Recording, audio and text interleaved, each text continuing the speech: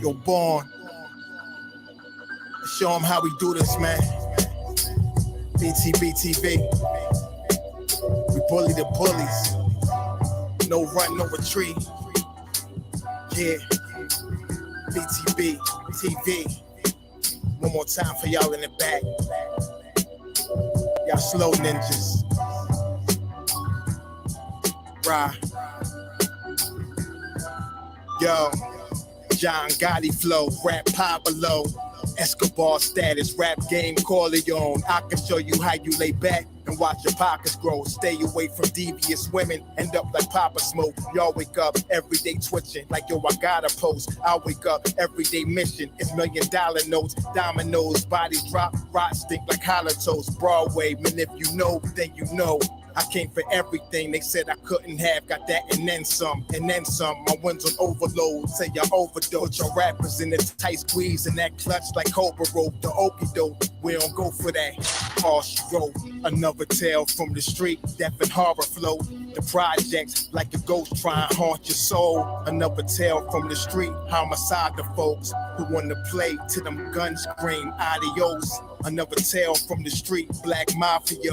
So Don Corleone mixed with Al Capone. Another tale from the street, like an opera show. These kids be acting to their life movie, curtain closed. Nowadays your foes will plot you wearing Malcolm X hats, 666, the devil on his shoulder, won the death match. Reminiscing when more street ninjas was off the hook, chasing D's up off the block, torn and running, get the force, blood on pavement. He's 12 years old and he tough to play with. He don't go to playgrounds, that's his fiends who want their veins stick. We can't miss, we can hit the target and put our hands behind our back, our eyes closed and half brainless. Don't play with us. Another tale from the street, death and horror flow. The projects like a ghost trying to haunt your soul. Another tale from the street, homicide the folk who want to play till them guns scream adios. Another tale from the street, black mafia. So Don Corleone mixed with Al Capone. Another tale from the street, like an opera show. These kids be acting to they like movie, curtain closed. Yeah, Btbtv. It's the movement, man. You're born. You're born, let's get 'em. Let's get 'em.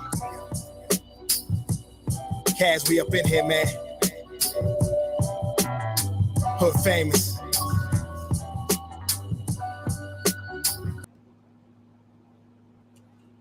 Grand rising, grand rising, grand rising. Peace to the 5% nation of gods and earths. Assalamu alaikum, alhamdulillah, rahman to Allah, to all the true Muslim brothers and sisters out here. This is the King, New Jersey. This is Btbtv. We bully the bullies. Yo, I want to thank everybody that's stopped through today, coming through. Show your love. Like, share, subscribe. You know what I'm saying? We're about to get into a topic today. A topic some people might find offensive. A topic some people might understand. First of all, I want to say rest in peace to Master P's daughter, Tatyana Miller. Rest in peace, Tatyana Miller. I also want to say, Master P had done a lot of people dirty. I'm talking about start from the beginning. The guy that he's supposed to have the record label with, his best friend, his right-hand man, Master P crossed him when he got the deal. He snuck him when he got the deal behind his back. When they supposed to sign the deal together, Master P signed it by himself. I want y'all to see how long this beef been going on between the brothers. I'm gonna start with this video right here, with y'all. This is fair use. I just want y'all to see this.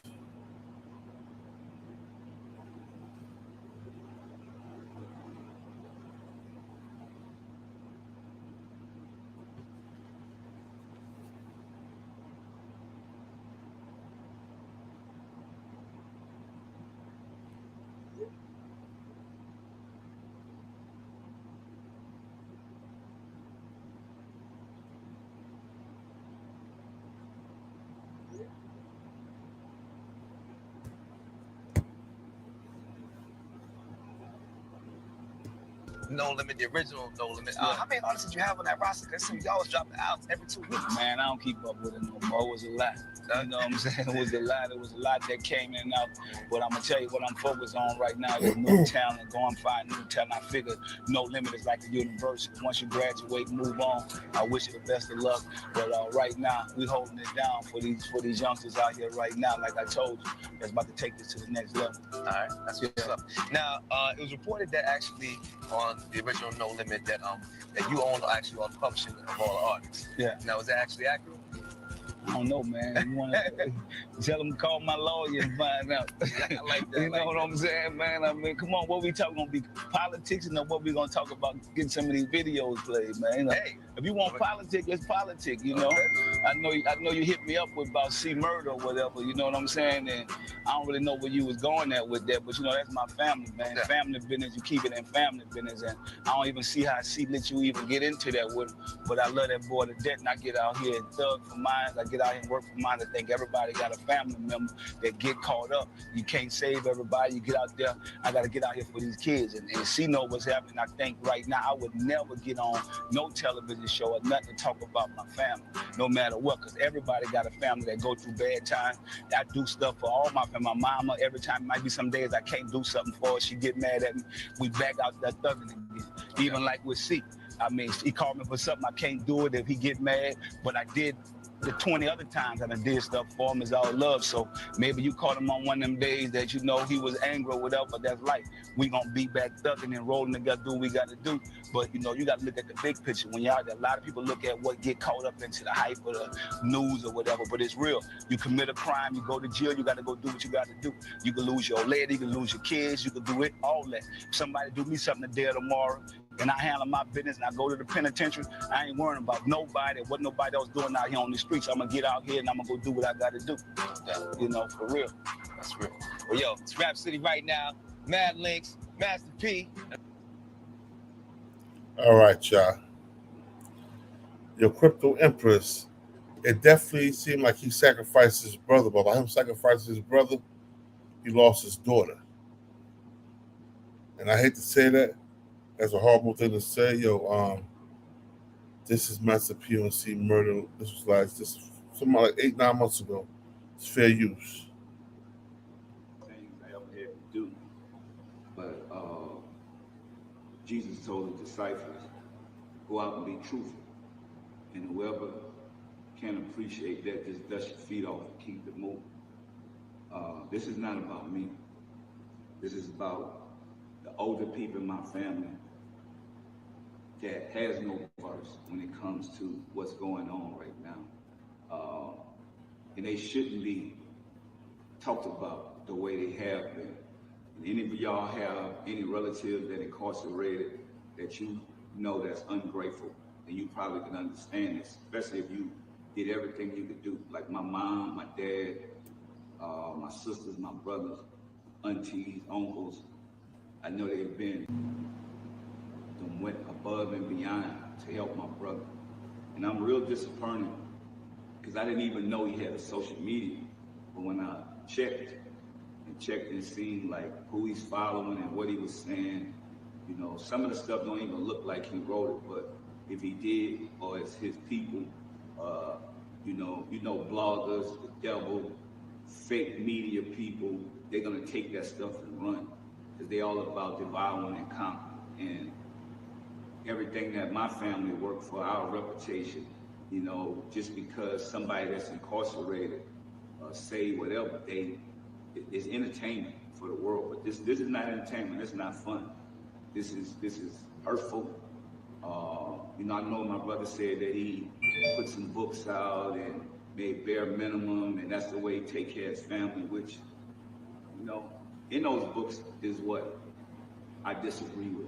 He talked about my mom, my dad, the people that created him. He said that they didn't do nothing for him, which is a lie. And anybody that know me, I don't need to be pat on the back or nothing. Whatever I done for him. I done it out of love. My grandmother, she's not here right now. She's my angel. I know that, and she should be his angel. I've never heard him talk about her like that. But I know Kim Kardashian put out one tweet, and she is angel. which is crazy to me. But I appreciate it. Like I said, my brother is innocent, and I hope she can get him out. I want him to come home. I see where Monica, his rider, died. He just started talking back to her 7 months ago. And I know maybe it's prison talk, I know he's incarcerated, and I get that. But still, you have to have a heart for the people that really helped you. Monica just got divorced last year. So I'm... All right, what's up, Wax? Say peace, salute, bro. I see you here, man. What's good, bro? Man, I had to hit this topic, man. You know, Master P's daughter perished the other day. You know what I'm saying? Supposedly OD'd or whatever. Rest in peace, sir. Well, I'm gonna say something, man.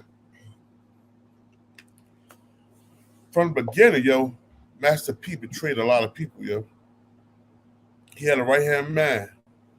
I'm trying to find it right now, but he had a right-hand man, right? His right-hand man was in a group with him. They started No Limit together. Master P whooped behind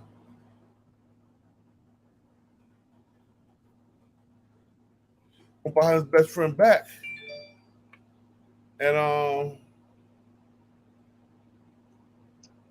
And started a label. He would have signed all the paperwork while his best friend being there. I'm saying, was that the plan? I mean, was he the money or was he the businessman? Both of them was the money. His friend put up half of the money. Oh yeah, that's some other shit right there. That's some other shit. But that shit, as far as his brother though, like that's just a nigga lashing out though. You understand what I'm saying? Like a nigga that's behind the wall. You already know. You seen them type.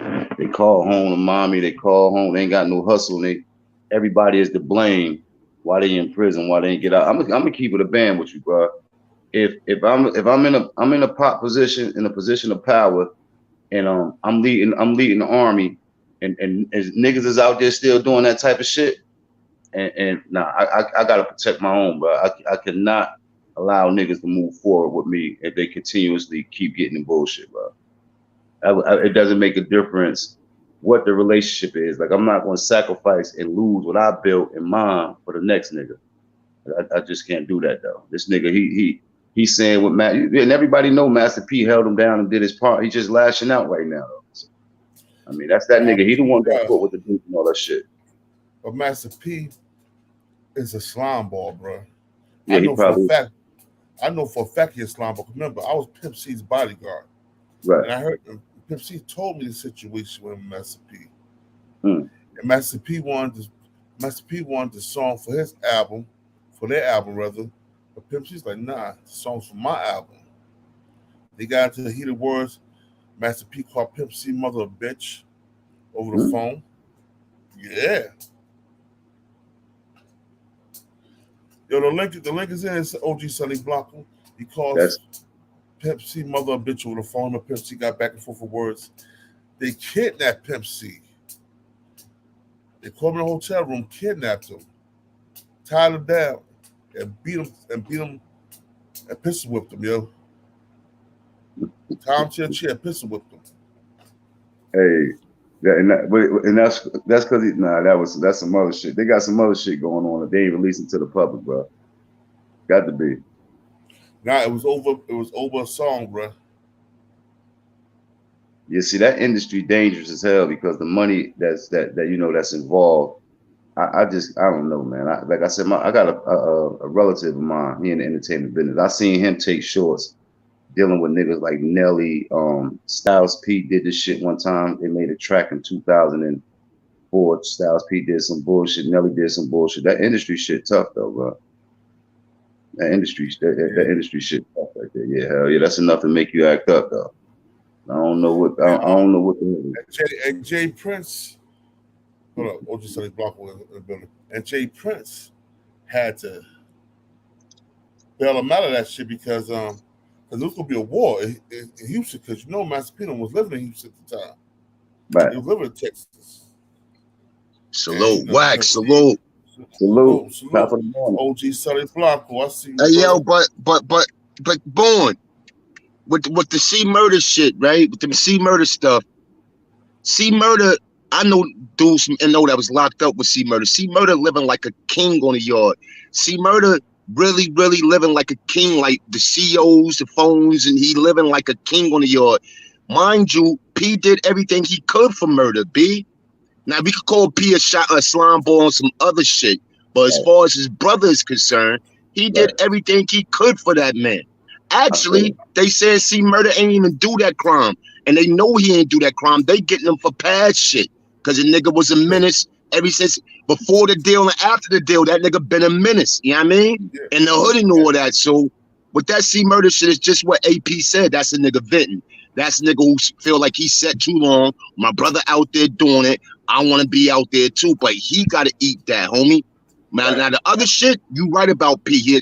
Matter of fact, I'm going to give you a story about P. I know this for sure because I know the other party that's involved real good. Remember in Atlanta, the first niggas in Atlanta before T.I., before all them niggas, after Outkast, the first niggas in Atlanta that was supposed to pop was a nigga named Drama. Bald head nigga who looked like Tupac. I was in the nigga video. He had the joint left, right, left, get on up, get on up. That nigga Drama, he was supposed to pop.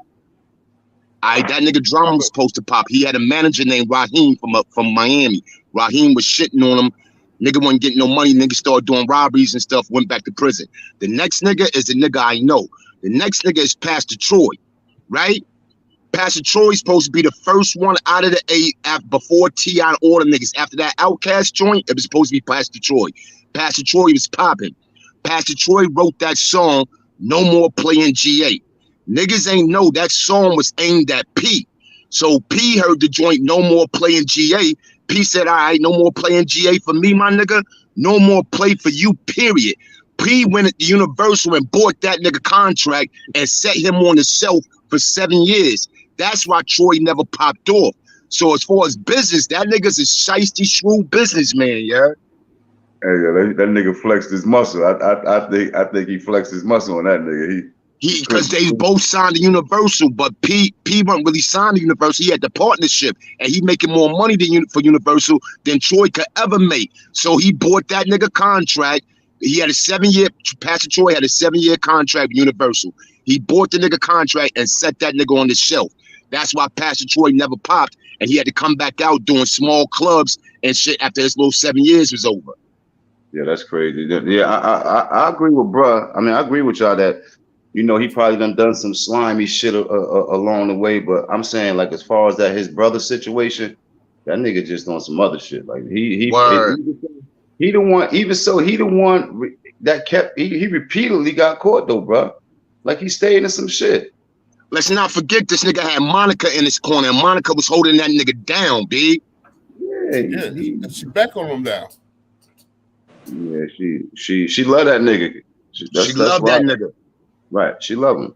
So it is what it is, though. But I don't know. But Pete, you know, like, I don't know. This might be his karma coming back to him, bro. All the grimy shit he done did, though. You know what I'm saying? Did his daughter pass away, though? I know she OD, but did she pass away? She passed away, bro. Rest in peace. Rest in peace. Yeah, that's crazy. What she OD'd on? Sometimes I don't know. Hey, yo, but you know that's crazy how people like in his position be having so much power and so influential, and they be claiming the right to wrong and do all their due diligence, but what the fuck, this nigga called me first thing in the morning. But you know, they be having all kind of shit going on in the household and shit. Like look at that nigga Lawrence Fishburne, Larry Fishburne, him and his daughter. His daughter was doing porn and all type madness. Like how you, and she talking about Larry and her mother actress too. Like never held her down and none of that. She was staying with her grandmother. Wow, that's crazy, though. And I watched a porn movie too. She got bad skin. Brian Pumper from Queens, the little fake, Lloyd Banks looking nigga.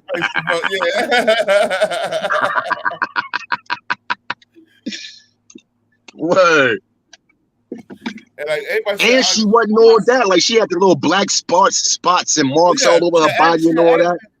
Like her father. She got to act like her father. Word. But how your daughter end up doing porn, son, and you Larry. You got mad because niggas still call you Larry. You want to be called Lawrence. Yo, she did that out of spite, bro. Definitely. She didn't. He was. From what I heard, he took care of her, bro. Nah. You hear the story though, and grandmas tell the story too. You hear the story. He didn't take care. Now he took care of her as far as giving money to his mother to watch his daughter, but as far as raising that child, him or the mother didn't do it. They was too busy worried about their acting career. The chick was staying with her grandmas the whole time, dude. Yeah, but like I said, he put money in the house. He made sure the house was taken care of. Yeah, but at a point, we know this, like anybody else know this. We know a point we could have a pops that was the biggest hustler on the block, seeing all type of money. If that nigga wasn't there, yeah, you had all the fly clothes and all the shit, but you ain't have your pops, nigga. Yeah, but you know, Master P sounded real bit. I'm gonna let you hear this part. I'm gonna let you hear this real quick because he said, yeah, let me hear what's going on. Hold up, let me hear this real quick. My brother, and I'm real disappointed because I didn't even know he had a social media. But when I checked, it seemed like who he's following and what he was saying. You know, some of the stuff don't even look like he wrote it, but if he did, or it's his people, you know, bloggers, the devil, fake media people, they're gonna take that stuff and run because they all about devouring and conquering. And everything that my family worked for, our reputation, you know, just because somebody that's incarcerated say whatever, it's entertainment for the world. But this is not entertainment. This is not fun. This is hurtful. You know, I know my brother said that he put some books out and made bare minimum, and that's the way he take care of his family. Which, you know, in those books is what I disagree with. He talked about my mom, my dad, the people that created him. He said that they didn't do nothing for him, which is a lie. And anybody that know me, I don't need to be pat on the back or nothing. Whatever I done for him. I done it out of love. My grandmother, she's not here right now. She's my angel. I know that, and she should be his angel. I've never heard him talk about her like that. But I know Kim Kardashian put out one tweet, and she is angel, which is crazy to me, but I appreciate it. Like I said, my brother is innocent, and I hope she can get him out. I want him to come home. I see where Monica, his rider, died. He just started talking back to her 7 months ago. And I know maybe it's prison talk, you know, I know he's incarcerated, and I get that. But still, you have to have a heart for the people that really helped you. Monica just got divorced last year. So I'm thinking like, that's your ride or die. That's cool if that's the way you feel. But let's be real. I have family members that think my brother coming home and they're not truthful. Maybe Silk's scared to tell them the truth. My sister, my aunties, uncles, everybody think that this man is coming home and he's gonna get a settlement, he's gonna take care of everybody. But the truth is, and I know the truth hurt, what did he do the first time he was home? Who did he help? Why do people owe him when his friends has him incarcerated? That's the real reason he's incarcerated. I changed my life and I left those same friends behind because they didn't want to do right. They wasn't on the same page I was on. So God said, you got to cut people off. You got to do the right thing. And this to my brother, if you sit in that cell, or you got social media, you can see this, because I'm not coming to the jailhouse no more. You know, I'm not getting filled on, you know, touching on my ass, doing the same thing, looking for, do I have something on me? No, I don't. I changed my life. My grandmother that's deceased now, they was touching on her ass every time she go down there, and people still ungrateful. My mom, my dad, my brothers, aunties, uncles, everybody get filled on. When you go to prison to go see somebody, you might not come home either. I'm not going through that no more for ungrateful people. So all y'all bloggers or whatever, y'all could understand one thing. The ATM, I'm pulling the plug off. Because people that's ungrateful and don't appreciate me, even my own family members, they'll forget. Because you could give people, they hit you. I'm an ATM, I get it. That's what I am. I'm an ATM and now I'm a square because I'm not in the hood. I'm only not in the hood because I did the right thing. And I changed, which everybody else could change. But when you go to the club and you convicted of a crime that somebody else committed because you with the wrong people. And then the people that's with you, you call them the cut boys, that's who taking care of your business while you locked up, they on the streets, and they all turned on you, and you say nothing about it. You never made a record about them. You never wrote a book about them turning on you. I mean, how is that real? How is that true? Because that's your word, true. They turned on you, He started that true shit. You could have been home with your family 18 years ago. I mean, how long Monica been knowing Kim Kardashian? You done did a hunger strike, everything, bro. This could have been done. If it's gonna happen, it's just not that easy. Man, Jimbo did 22 years, and he said, cuz, guess why I came home? Because I used to be mad with you. The same way your brother is, but nobody telling him the truth. You paid for lawyers, you did all this stuff, we get it. But he said, guess what? My seller told me, you mad at people, what have you done for people? Have you ever made him a card for his birthday? Have you ever sent him a Christmas card or made him a belt, anything? Nobody's ever done that, because people always say, where do you get the man that has everything? What about just love? What about a simple thank you? Matt family called me and said, thank you, Master P, for talking about my son's story in No Limit Chronicles. It made a big difference. Hopefully my son will come home soon. So that's integrity. That's people that have humility. That nigga hurt, B. I'm focusing on giving back to underprivileged communities, helping the next generation with education, helping the elderly. That's what I'm doing with my resources. I'm not wasting it on no more on family members that's ungrateful. I know that's why millionaires and billionaires say, you know what, I'm gonna give my money back to charity. I'm not leaving it for ungrateful family members. And I never thought I'd feel that way, but it's the truth. So people don't have to worry about me and what I'm doing. Yeah. Now, that nigga hurt, B. That nigga hurt, B. But that nigga also trying to get sympathy, bro. That nigga, a lot of shit. Hold on, boy. I think you mixing two things up, boy. You seen the shiesty shit. You seen the Pimp C shit and all that shit. But right now, B, we ain't talking about Pimp C. We talking about this nigga brother, homie. That shit hit different. That shit hit different. Especially when you the nigga that started the whole shit. You the nigga that got to the bag that put all your family. No, hold up. He didn't start the whole shit by himself. No. I ain't talking about starting that by himself. I'm talking about the big. Hold on. As far as the streets, we know Murder did the streets. We know they was the tag team duo. I'm talking about the record label. He started the record label with his best friend. Even with the record label, he the head of that shit. Forget if he started it, homie. He the head of that. Like, you got your movement. You the head of your movement. Forget who came and added on to your movement or helped you out start the movement. When it come to your movement, Born is the head of his movement. When it come to that No Limit shit, Master P is the head of that movement. So if you the head of the movement. This is what I'm saying real quick. Just understand what I'm saying. His best friend and him put the money together to start the record label. The light-skinned nigga that's in all the movies with him. No, not that one. Not that one. I'm talking about another one. All right. Yeah, they forgot all about him. I'm trying to find him talking right now. But these two niggas, they was hustling together everything in Houston. That's how they got their money up to get the record label. Dude that's a fact. And they went to Cali after that. Word. Yeah. Dude got locked up. Well, dude got locked up. Master P. Dude got locked up for a Master P's gun. Oh shit! And didn't rat on him. Of course, 7 years for a shooting that Master P did with his gun. Yeah, now that's grimy. But that message right there, I'm with OG Sonny Blanco. That message right there was a direct personal message to his brother, bro. Like that's what that was. That shit hit different. Right. So regardless of what how people take it, that message was a direct message to his brother. And I don't think he obligated to hold his brother down. You understand what I'm saying? I don't think you have, some people have a sense of entitlement. They feel like if a family member or somebody around them got something, they entitled to that shit.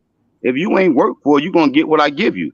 You ain't entitled to shit. You understand what I'm saying? Like, in the same token, you ain't putting the same work in that I'm putting in. That nigga C Murder was nice. He was nice in the P, but he ain't have the same work ethic. Right. Yeah, he out there crashing while niggas is doing. He catching dope charges. Nodding off. Come on, man. You already know what circle you with. You nodding off catching dope charges. Yo, like what I'm saying is, man, don't get me wrong, Born. I hear what you saying, but let's just think about your blood brother.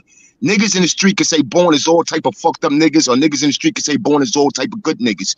But when your blood brother, you and your blood brother who you will ride or die with forever, y'all niggas is beefing and can't see the same picture, and y'all talking shit about each other. That shit hit different than if a nigga down the block said that shit, B. It's your brother, nigga. That's a fact. That is a fact. But also, what's crazy about the situation? Yeah, he took that. Yeah, you gotta hear about the mom, the grandma, all that person. Yo, Silk the Shocker is caught in the middle of this. You know what I'm saying? He putting all this stuff on. Say, oh, my brother's ungrateful, my brother this. But yo, you gotta understand what y'all built together, bruh. What y'all built together, that's something that should never be breaking, man. We family, we brothers. You know what I'm saying? Watch this. Go ahead, Born. Don't let me cut you now. Let's go ahead. No, I understand that this nigga was hard-headed. He want to stay in the clubs in New Orleans. He want to stay in his hood. He was giving back to his hood. And he was giving back to New Orleans. He was throwing them parties for the people, throwing them cookouts, them block parties. Watch that though, God. When you said giving back to New Orleans, okay, both of them was giving back to New Orleans. But watch this. C Murder was giving back to the hood. And as hood niggas and real niggas, we expect, okay, we salute that. But P was giving back and making larger moves than just the hood. You understand what I'm saying? Like, he was doing shit for the bigger picture. And niggas will always be mad when you doing shit for the bigger picture and they can't see the same picture you see. Yo, TV is fake. I see you here, bro. Peace. Salute, man. What's good, man? Give your knowledge on that situation, man. We all talk about. We got you in the cut. And I say that. Let me know what you think about the situation, bro. I mean, about his daughter passing and about his best friend. His best friend. One of his best friends passing. Go ahead. I just think that you know what it is too. They're how can I say? You know, you got the battle of brothers, right? You said one is the street, one was more business.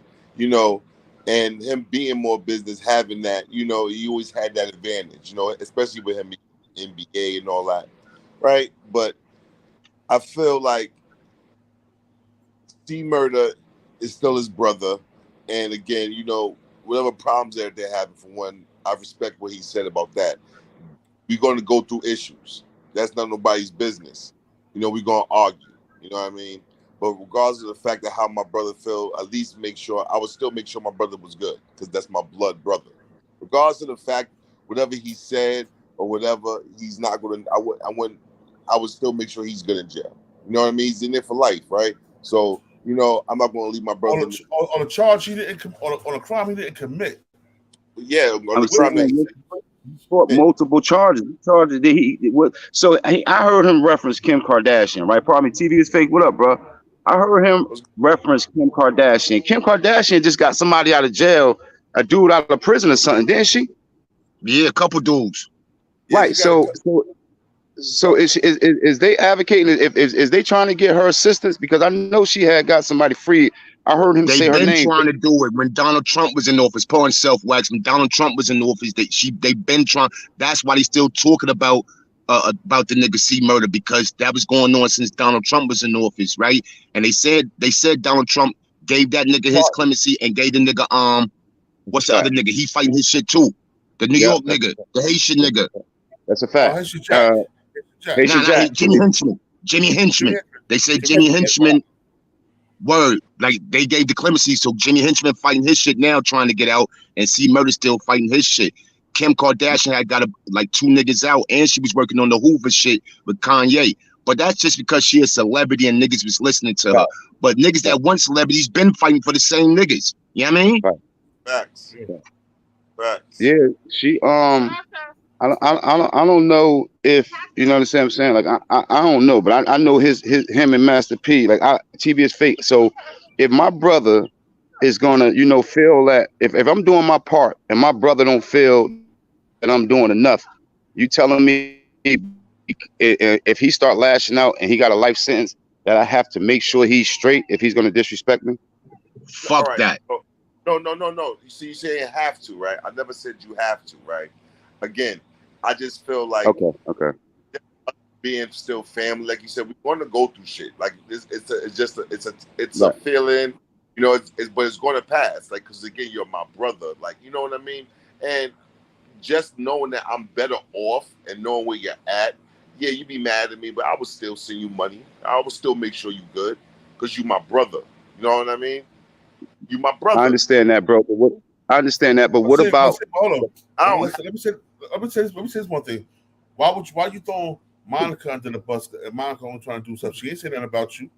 She's trying to get your brother out. You said, He ain't really she throw got Monica on the bus though. He just said Monica was your ride or die. That's a fact. Monica his ride or die. No. I'm talking about. He said when he said before that. He said in another interview. I'm gonna find it. He was like, Monica left you and got married and all that. Him and Monica broke up when he was still on the streets. When Monica got with But that basketball player. listen, boy. The way it seemed to me be okay. You got a chick. Let's take this shit off celebrity niggas.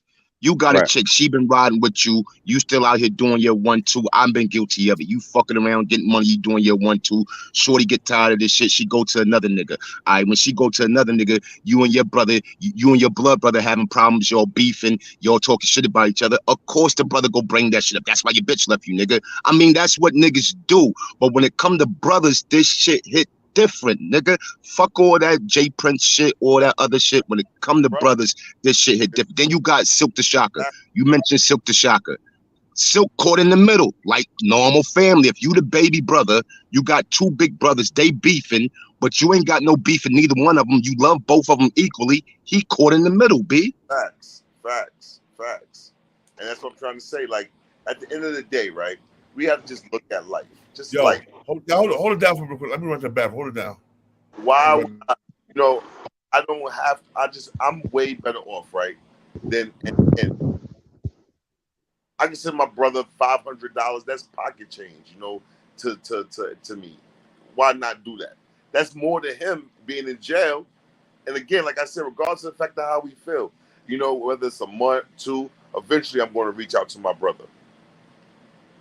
Hey yo, but TV is fake. TV is fake. What you ain't realizing? C Murder talking about that shit. Yo, he ain't holding me down now. But you gotta understand, when this nigga first got locked up, C right now to this day, C Murder got more money on his books than niggas got in their bank account, nigga. Exactly. You understand what I'm saying? Like that nigga go forever be good behind that wall. He got more money. If P don't send him another dime, he got more money on his books than niggas on the street got in their bank account. You dig? Yeah, and I believe that. But I don't think that. I just think, like you said, it's just right now they're just going through a little problem. And I think, like I said, that's his brother, and his brother's doing life. And I hope he get out. You know what I mean? If he's innocent, family shit. But it's family. That's his family shit, like you just said. You got a brother doing life that used to be in the limelight, and you got another brother that's still in the limelight, living his life, doing what he do. You go feel a certain way about that shit. You go come up with all type of excuses when you sit in that cell 2 o'clock in the morning with your hand on your nuts. You go be like, oh shit, this nigga out here living, and I'm in this month. He could be doing this, he could be doing that. But what you ain't thinking about is, nah, he could be doing this and he could be doing that, but I fucked this up. P ain't fucked this up. I fucked this up. Niggas don't want to eat that pill. That's a hard pill to swallow. Yeah, listen, and you're right. Like I said, I just think, like I said, I hope like whatever problem they're going through, they get over that shit. You know what I mean? And again, you know, salute, rest in peace to his daughter. You know what I mean? I heard she was dealing with, you know, then addiction and mental illness. You know what I mean? Yeah. No. Can I say something real quick? Also, I'm going to cut your wisdom off. Let me say something. I don't necessarily think it's about the money right now that C Murder mad. I think it's because P haven't been to see him in years. Years. Yes, sir. Why himself? I don't got nothing to do with the money because he's straight. Like you say, he's straight in there. That nigga got more money half the rappers I think got in that canteen. I mean, I don't know if it's or not. I heard P can't really go back home like that because I heard he has something to do with Homeboy getting smoked. What's the other rapper dude name? Damn. Oh, the one. What's his name? The one that got killed. Yeah, I heard about that too. Yeah, but that's the one that was down with. A lot of niggas want to get at him because of that dude. Who that? Soldier Slim? Soldier Slim, yeah. And you know, Soldier Slim is allegedly P and them cousin, and was really one of them niggas too. Listen, bro, he was really he was about that. Facts. He was about that. Yeah. And I'm gonna tell you, hold on. Matter of fact, let me I'm gonna find this for you because I want you to personally. Let me play this. The shit ugly, be like you could look at your own family and watch your own family, brothers and sisters and uncles and aunts. Like the shit could get ugly just because them niggas got money. Don't mean the shit can't get ugly with them. Yeah, let's see murder in this interview, right? It's a court TV interview. So, this is fair use. We can get any black man that we want. I've been feeling like that my whole life. I mean, ever since I've been in high school, the cops have been following me. They're probably taping this conversation right now. Are rappers a menace to society, profiting from crimes chronicled in their lyrics? Or are these artists being persecuted by law enforcement for tapping the rage of America's underclass? In the jail cell that has been his home for nearly 3 years, Corey Miller sits waiting on a retrial for the murder of a 16-year-old boy in a nightclub shooting. This is Jefferson Parish Correctional Center. You know, they got me for a second-degree murder, something I didn't do. To many, Corey is not behind bars because he's a killer, but because he is the well-known rapper C Murder, infamous for his stark rhymes of violence. Hold on, I want to ask you this: when did they give you life for second-degree murder? If you go to trial and blow it. Yeah. Hey yo, but watch this shit though. Right before you get into that clip, watch this shit though. The nigga said that nigga hurt, B. That nigga P hurt. That nigga said the niggas is using him for ATM. Like nigga, just tell me you love me, nigga, instead of sending me $1. When you went, who done been one? I'm sure whether you've been a big nigga, medium nigga, or a small nigga, no freaky, on any scale of the streets. If you had the bag, all your cousins coming to you, your sisters, yeah, I need this, I need that, I need this, I need that. You yourself get tired of that shit. So imagine playing with P money, nigga. Right. Listen. And I really think it is what it is. You know, nigga got all them kids, and you know, he be nigga like P like, yo, listen, I'll take care of the kids. But yo, my nigga, I'm not giving them bitches no money, my nigga. You know? There you go. And nigga probably feeling the way about it, bitches like, yeah, I need my bills paid, this and that, you know what I mean? And P like, yo, listen. Oh, this bitch driving this. Why I ain't driving this? Why ain't this bitch doing this? Bitch, because I'm locked up, and that's that nigga bitch. You ain't that nigga bitch. Exactly. You felt right, and that's the problem. You know what I mean? He look, you know, P looking like, yo, listen, bro, you know, this money, we trying to get you out. We doing this with this money. That. I ain't got, you know, I'm not going to be doing. I take care of the kids. Your kids are good, my nigga, but them bitches, I'm not giving them bitches no money, my nigga. Hey, fuck that. These your baby mothers. I ain't lay up with them chicks. They got to take care of themselves because, you know what I mean? Like, they're not going to. Whole fact. Hold on. Check this out. This guy said, Poor House, he said, we didn't catch what Master P said. He said his brother knows who did it. Basically, he's doing time for someone else, but he ain't giving it up. He might know who did it. Everybody know who did it. They know he didn't do it. But I mean, but the thing is, but again, like you said, so you want your brother to tell, and then you all right. I mean, I'm all right. All right. So I look at it like this, right? The dude who did it is dead. The dude did it is dead now.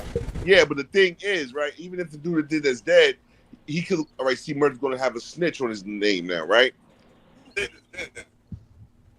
Then what? Then what? Word, C Murder playing by the code. He playing by the street rules. That's the nigga he is. He can't snitch on that nigga. That nigga ain't built like that. But P may be looking at it like, nigga, if you want to get out this motherfucker, nigga, tell on that nigga. And he looking at P like, nigga, you know better, nigga. I can't tell on this motherfucker, nigga. I ain't built like that. Nigga, do what you supposed to do to get me out. Now, P looking at it like, nigga, I done all I could do to get you out. But C Murder ain't believing that shit. Nigga, Kim Kardashian getting this nigga out and that nigga out. You telling me you got all this money, you can't get me out? It's shit like that, homie. And like I said, and that right there show you that nigga Master P, like, he in a position where he telling. Master P in a position. Master P. Did. If that was P, he would tell. Word. If that was P, he let you know he would have gave it up by now. When you telling your brother, when you telling your brother, you telling your brother, nigga, if I was in your shoes and I've been in here this goddamn long, I would have gave it up by now. That's what he telling that nigga. Facts. And you know what? It ain't a battle. Shit tricky, boy. Shit tricky. But R.I.P. to his daughter though, for real. Yeah. Yo, hold up. Let me hold up. I want y'all to see something, man. I'm trying to find it. I'm gonna play the interview while I'm trying to find this. I want y'all to see this because this is best friend talking. I gotta find this video, yo.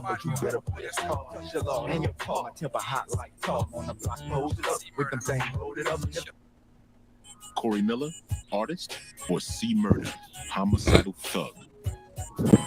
To have my name used against me since I've been arrested, you know, it hurt. You heard me? It's because it's like I'm guilty for I'm innocent. New Orleans and Miami are just two battlegrounds in what has become a war of values.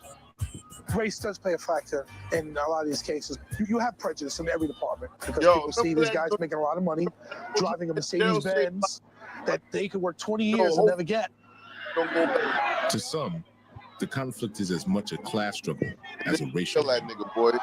Hip-hop spits truth to power, and very often those in law enforcement represent a protective force for those who are in power.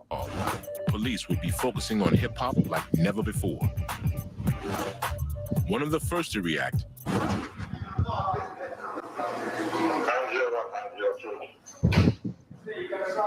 In 2001, 7 years after Tupac Shakur's conviction on sexual assault charges, another thug rapper found himself in trouble with the law. After nearly 3 years in Jefferson Parish Correctional Center, Corey Miller remains behind bars on charges of second-degree murder and the killing of a 16-year-old boy. This is happening to me because first of all, I'm C Murder. And in New Orleans, that means many things to different people. The brother of rap superstar and mogul Master P, Miller carved his own niche in hip-hop.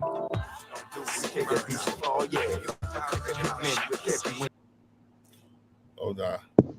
I keep playing. Actually, they keep playing too much music. But yo, trying to find them. Salute. Good morning. Good morning. How's everybody? Salute, what's up, sis? What?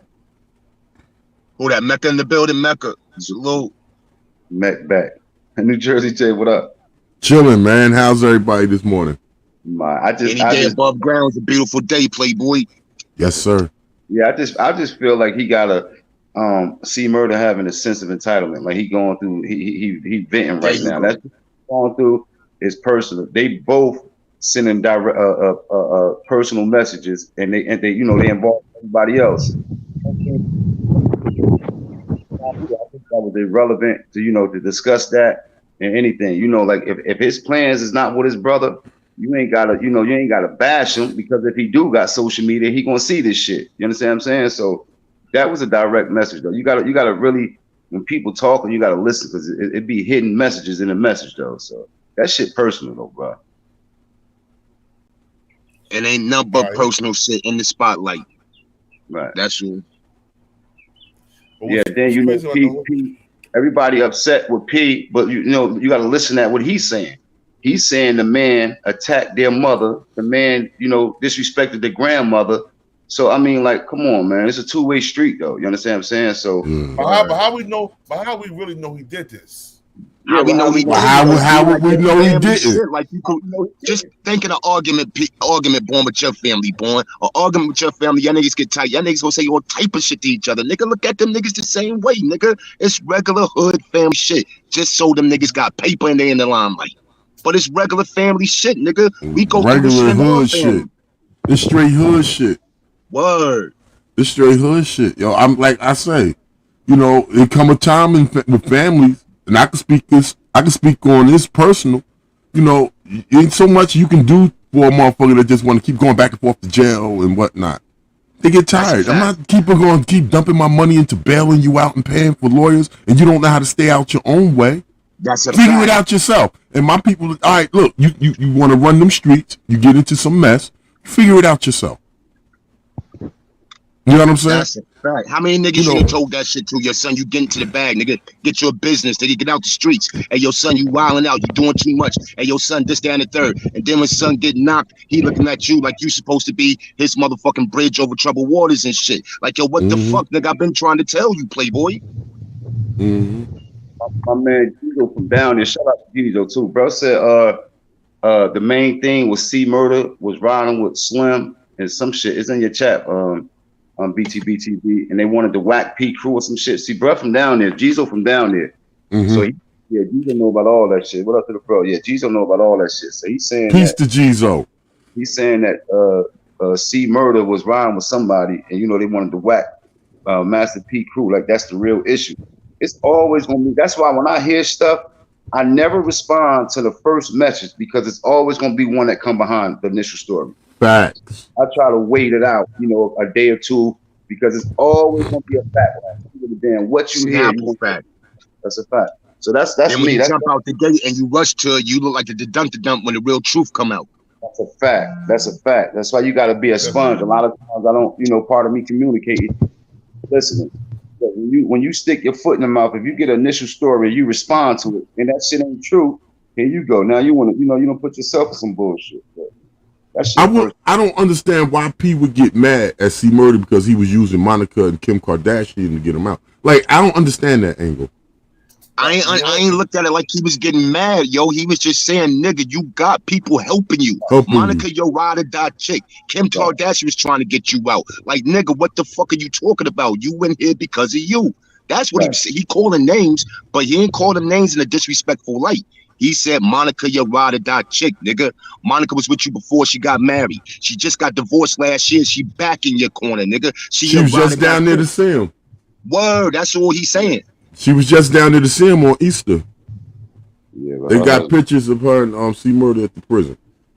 Man, I'm saying. But shout out to Monica, the hood ride or die, man. Give that chick a round of applause, man. Doing bids. Sonny Blanco, this is the catch right here, right? He gained from what we just discussed, right? So if he is financially set the way we, you know, that people assume he is, what is he mad at P for? Why P got to see him, send him anything? No, he on the streets. That's all it is. He looking at his, you know how that go, AP. He looking at his brother on the streets like, damn, this nigga doing it. I could be out here doing this. Yeah, my bank account good. Yeah, my kids is good. Yeah, my commissary is good. Yeah, I got Monica ride with me, but fuck that, nigga. I want to be out there. And I'm hating on this nigga because he out there. That's all it is. No. Yeah, or could be, he want to see his brother. His brother ain't come see him in years. Nah, that ain't it. Nigga, after you done talk so much shit about me, you done talk shit about Granny, you done talk shit about Mama Love, you done talk shit about Uncle Ray. Like, nigga, what the fuck, nigga? Hold that. Come on, boy, hold that. You done got mad at family niggas like, nigga, I done done all I can for you, nigga. Hold that. Hold that, son. Word. Well, let me see. He talk right here. This fair use right here. Fair usage. Right. If you can, could you talk a little bit about Corey Miller? Yeah. Your brother. We covered a few stories over the last couple of years about hunger strikes and different things. I think we even talked to one of his representatives at one point. How is he doing? And any updates on him if you care to share with the people? Yeah, you know, Corey Miller's my brother. I love him. I think a lot of celebrities and stars and people, people come in and to be a part of, trying to get him. He's an innocent man. But at the end of the day, man, I think education is what this is all about. Trouble is easy to get into and hard to get out. I mean, he's holding his head up. He's in good spirit. But at the same time, man, this is a difficult case because of what his name is. His stage name. And people shouldn't be incarcerated for a stage name. This is not a federal case. This is a state case. So you have to build relationships with the governor, with people inside Louisiana. And I think that a lot of celebrities and entertainers, they don't understand that. So as a family, we're just trying to do our part, and we know one day we're going to get him out soon. Mac is home, and free Corey Miller, my brother, gonna come home soon. And what do you think about? I was reading up about Louisiana. I'm not sure if they changed it, being the only state where somebody can be convicted you know what I mean, by a jury, or not convicted unanimously by a jury. I think it was like 10-2 or something like that. Yeah, they're not sitting in there. How you Yeah, doing? it's crazy. That's why I say trouble is easy to get into, but hard to get out of, especially in Louisiana. This is not the place to have to be fighting for your freedom, even if you're innocent. I know so many people that's incarcerated now, even for marijuana, cannabis, a $20 bag of cannabis. They had a guy now serving a life sentence.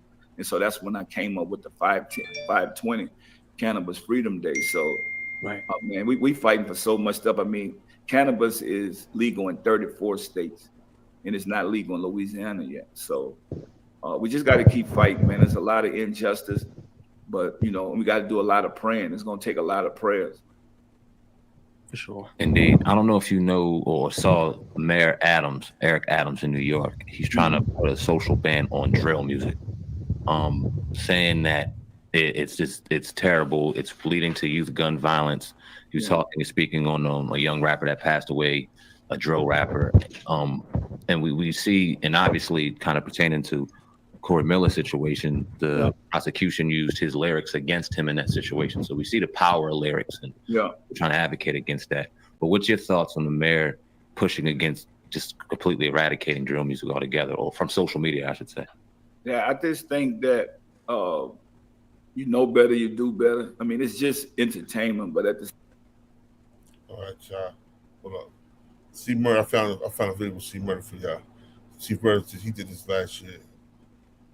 I don't know how he did it, but it's a video from last year. C Murder. Mm. Hold on, let's see.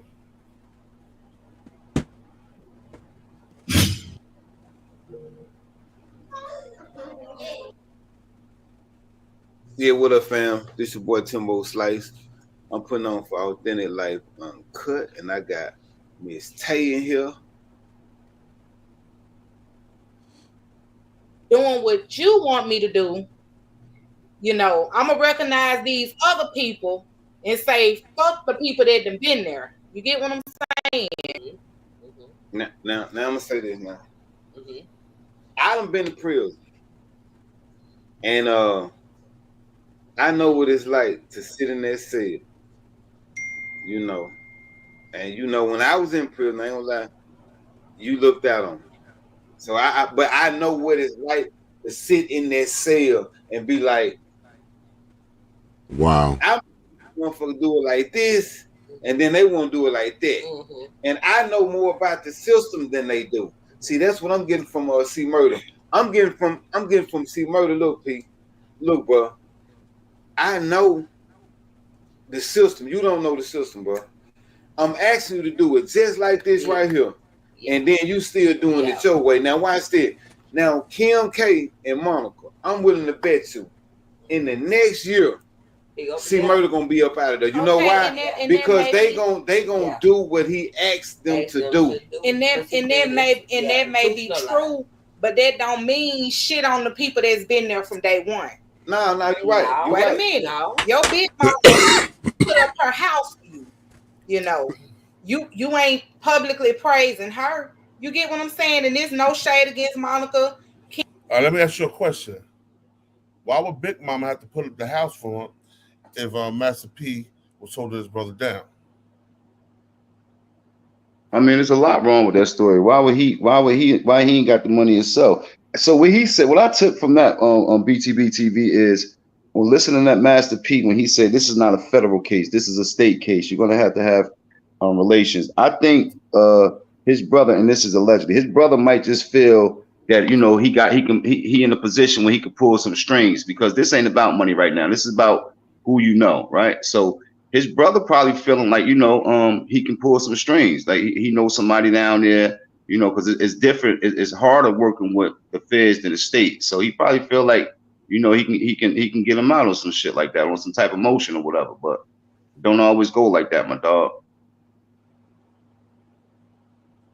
But what I want to know, TV's fake. What you think about his Big Mama have to put up the house to get him bailed out and must pay all that damn money? That's sad.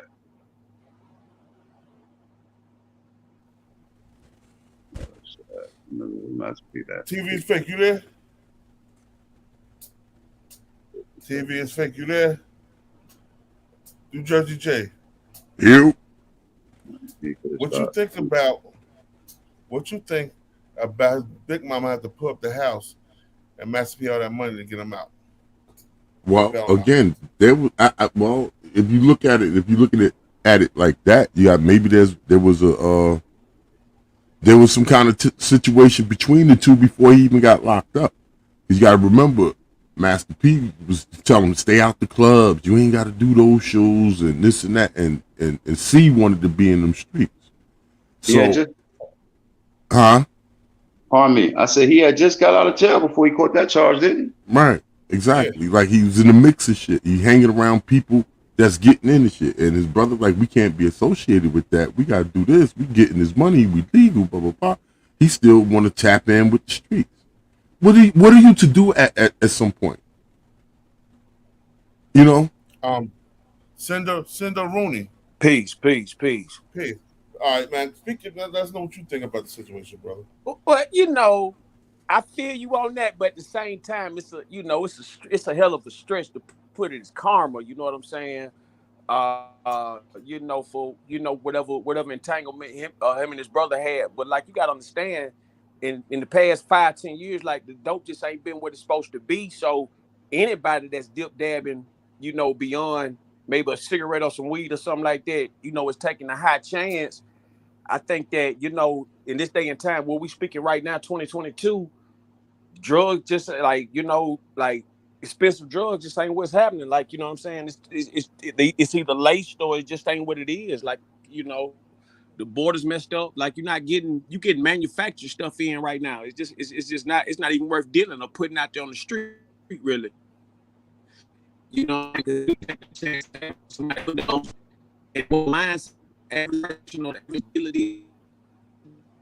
If you break it up, man. You break it up. Break it up.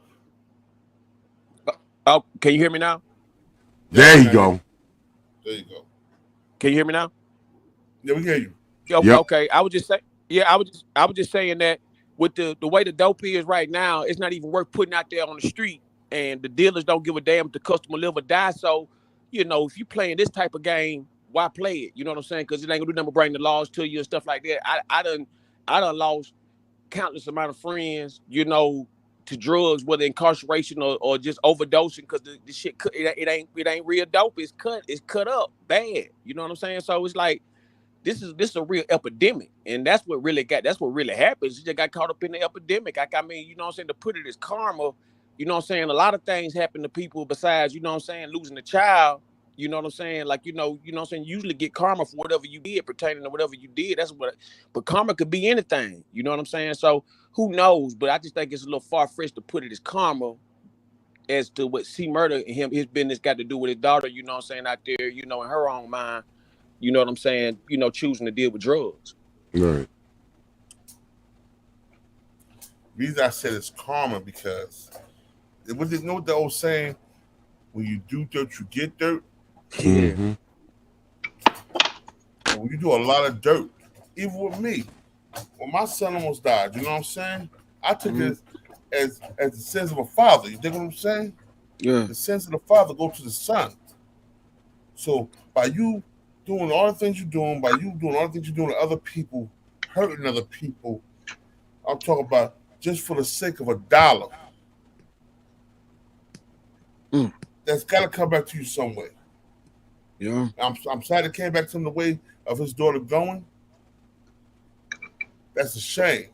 Mm-hmm. Like you said, she had mental issues anyway.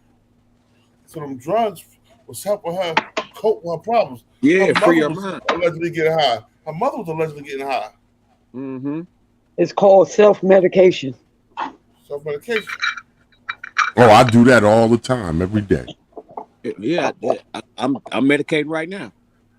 I'm about to roll my medication. Well, I got a question though. What's that? How long? Okay. C Murder did what he did, right? He made a conscious decision as a grown individual, right? I don't think he did it though. Listen. I'm just hear me out. He admitted. Just hear me out. Mm-hmm. Okay. I'm not saying he did do it, right?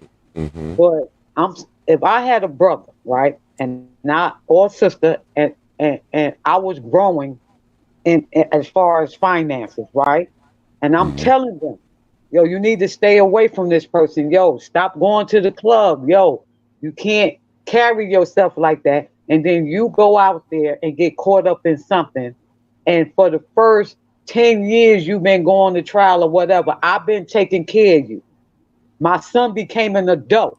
He started taking care of you, which would be the nephew, his nephew, right? So when is it time for me to stop taking care of this person just because I got money? When is it time for me to live for me? When they die, because they will do it for you. When they die, when you stop it. That's your blood. Yeah, when that's you good. Die, that's when you stop it. That's a good response, but at the same time, business is business too. You know what I'm saying? And C Murder was a platinum artist. You get what I'm saying? Listen to this though. Listen to this. He got all the masters, and when we turn them over to him, them your brothers. You made all the money you make. Why you want to keep their masters now? That's heavy. Come on, that's everybody. That's people that own masters. All of them niggas though. That's all of them. All them niggas do that. All of them. That's them. Listen. Yeah, Diddy got Mace. Mm-hmm. You know what I'm saying? But Mace and Diddy got blood. Mace and Diddy's not blood. So you saying just because somebody is blood, just because that's your family, no matter how effed up they are, no matter how much they keep getting in trouble and go to jail, that I'm supposed to support them for the rest of my life? Rest of their life till they go. Oh wow. We sitting on millions of dollars. Okay, I could be sitting on millions of dollars. Why do I have to take my millions of dollars that I earned, that I didn't get in trouble? I didn't put myself in without me though. Well, obvious he did it without him. No, he didn't. That's not true. That's not true. How long this man been in jail? How long Master P been going on since he went to jail? Making money. Him and his son. So, but listen, how can he make, you go leave him in prison? You got all this money, you gonna leave your brother in prison starving? Who, me? I'm just asking. You got all this money, you got $100 million. You gonna leave your brother? The most he can do for that man is send him commissary. What else You can visit your brother. You can visit your brother. If my schedule don't warrant me to visit my brother, I'm not going to visit my brother. I'm gonna do my life. I'm gonna live my life. When you're a boss, you make your own schedule. When you're a boss, you got meetings that you got to attend to.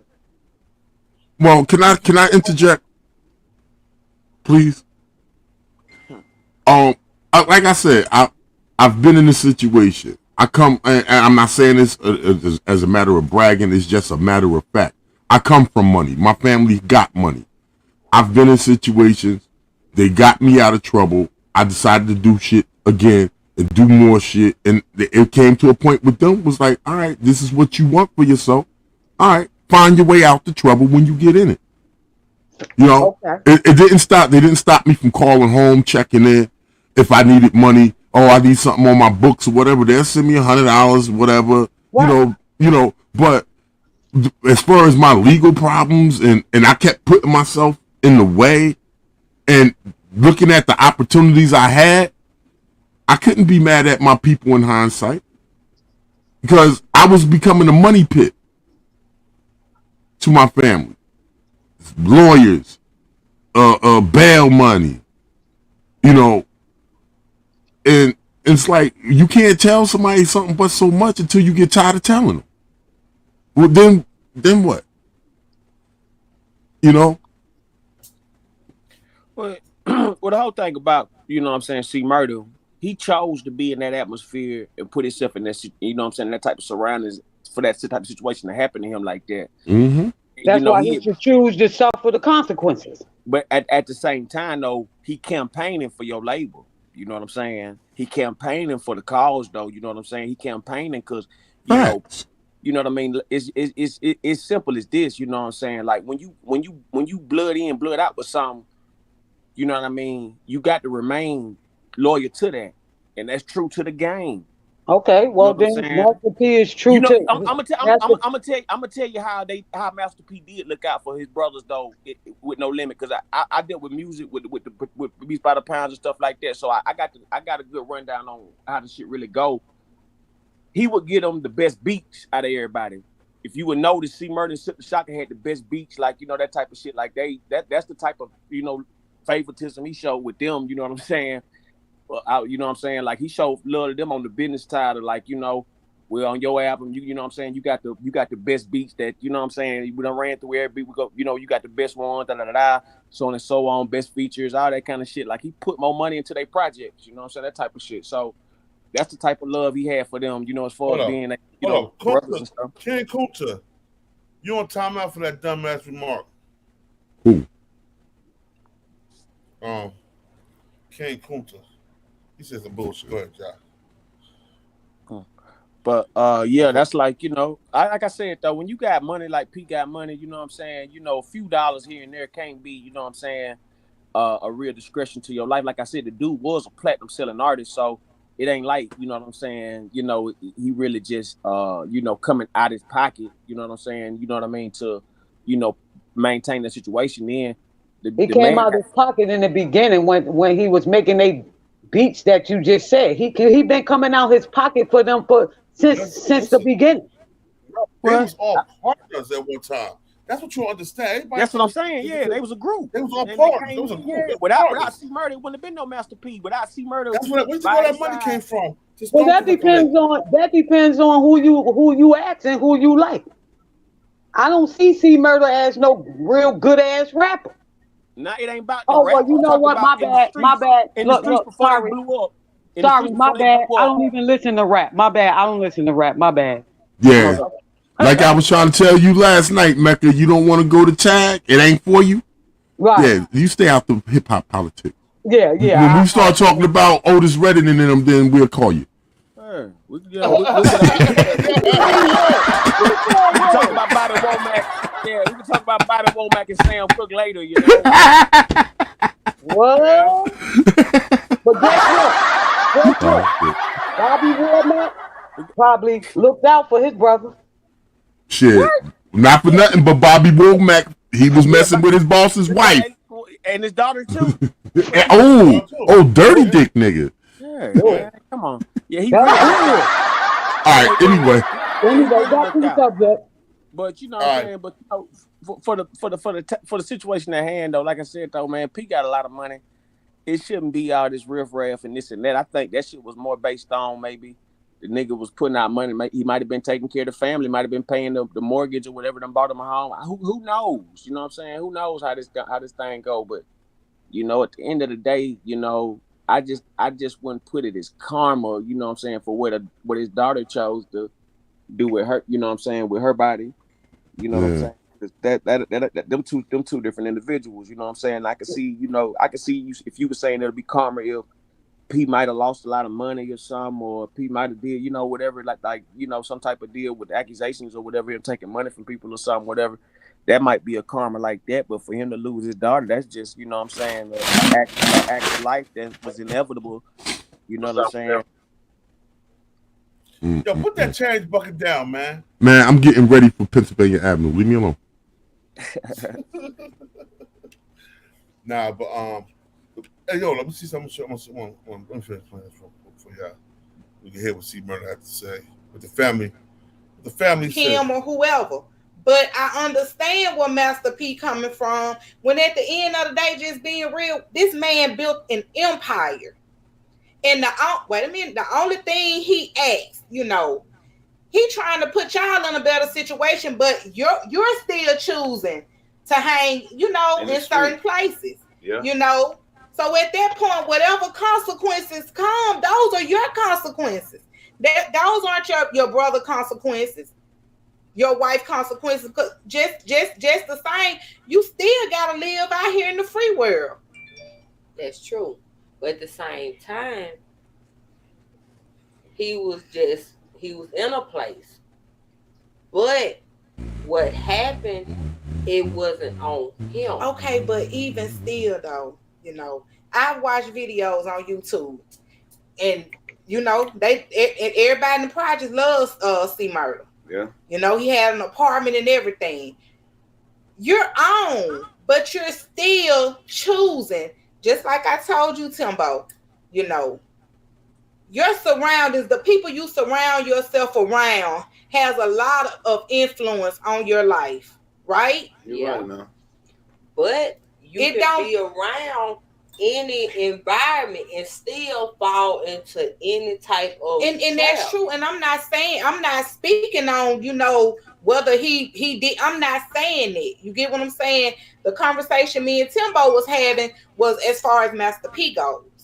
Okay. Right? Yeah, because C Murder saying that Monica and Kim K are his guardian angels. They his angels because they done kicked in. So your big mama wants your guardian angel when she put her house up.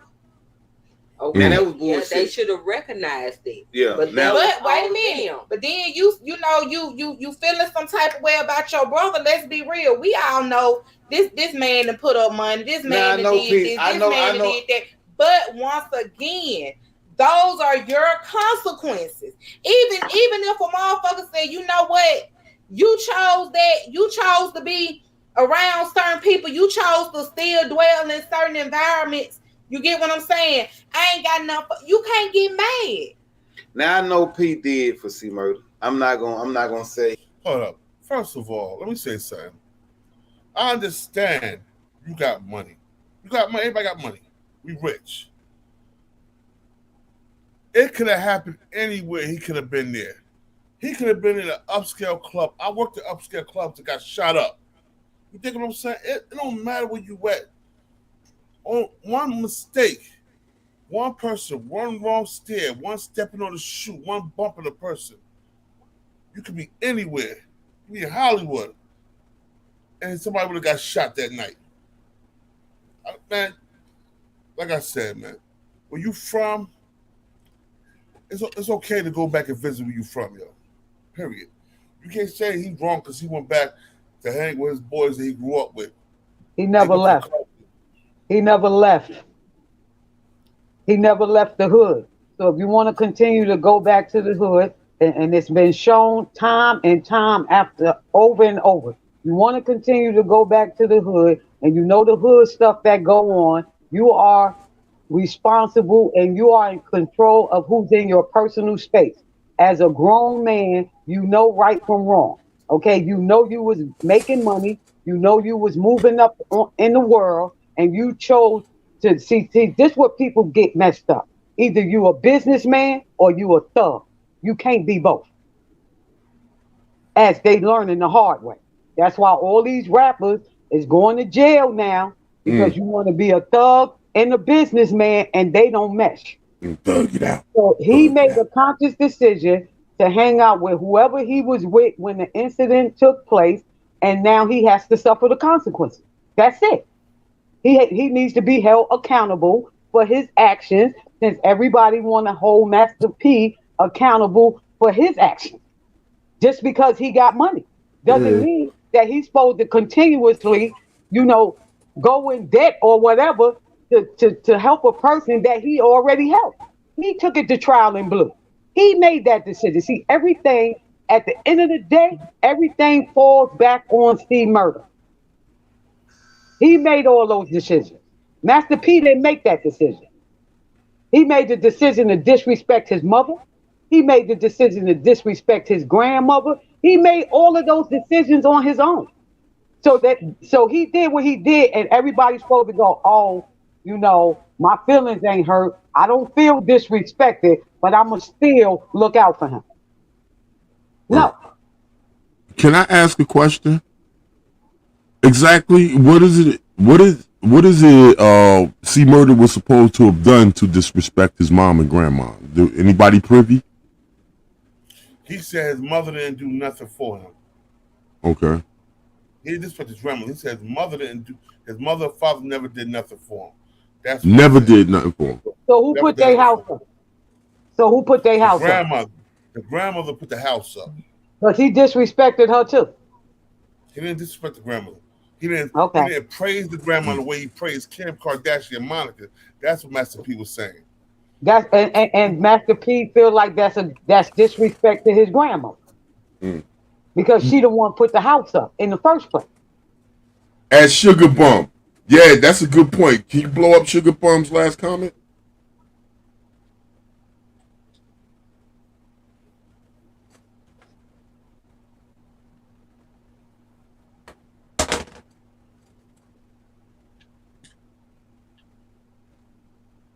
That's a good question. That's a good question. Like your siblings and parents supposed to come to your rescue after you didn't, like I said, I know this. You know what I mean? I can personally speak on this. I know this too, but remember, I wasn't a poor ass kid either. So I had, my family was pretty all right. We was good. Got a big family. We hold each other down. You understand? And we hold each other down unequivocally when one of us away. No second guessing, no nothing. Where he get his commissary from? What do you think Romeo? You got Monica. You got a lot of people step on. No, it ain't P no more. Listen, Monica just came back. She was married. Okay, no, she never left. She never left. She never left. She never left. She's in prison. She's not. Yeah, that's probably why she divorced now, because of probably C Murder, probably. Yeah. Probably. We talking about his family, right? Mm-hmm. We talking about his family, right? Mm-hmm. So why was Romeo going to visit him and sending him money? That's his uncle. What's up Is that not a family member? Are we supposed to? That's not his brother. Is everybody supposed to turn their back on C Murder because he's in prison? Is that what you're saying? No. But is everybody supposed to go in their pocket because he in prison?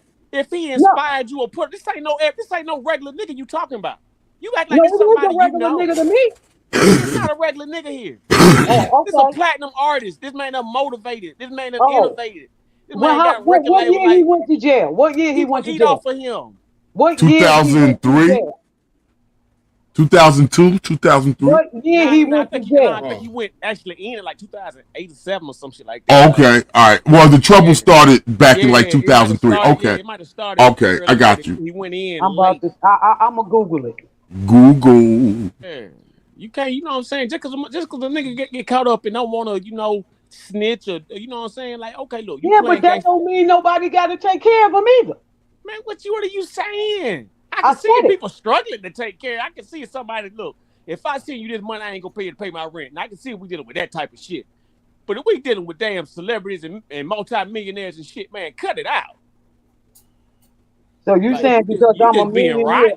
You saying just because I'm a millionaire? You're saying just because I got money and I got a family member and they made an album and then they did something to fuck up their life. Together. That I'm supposed to take. Before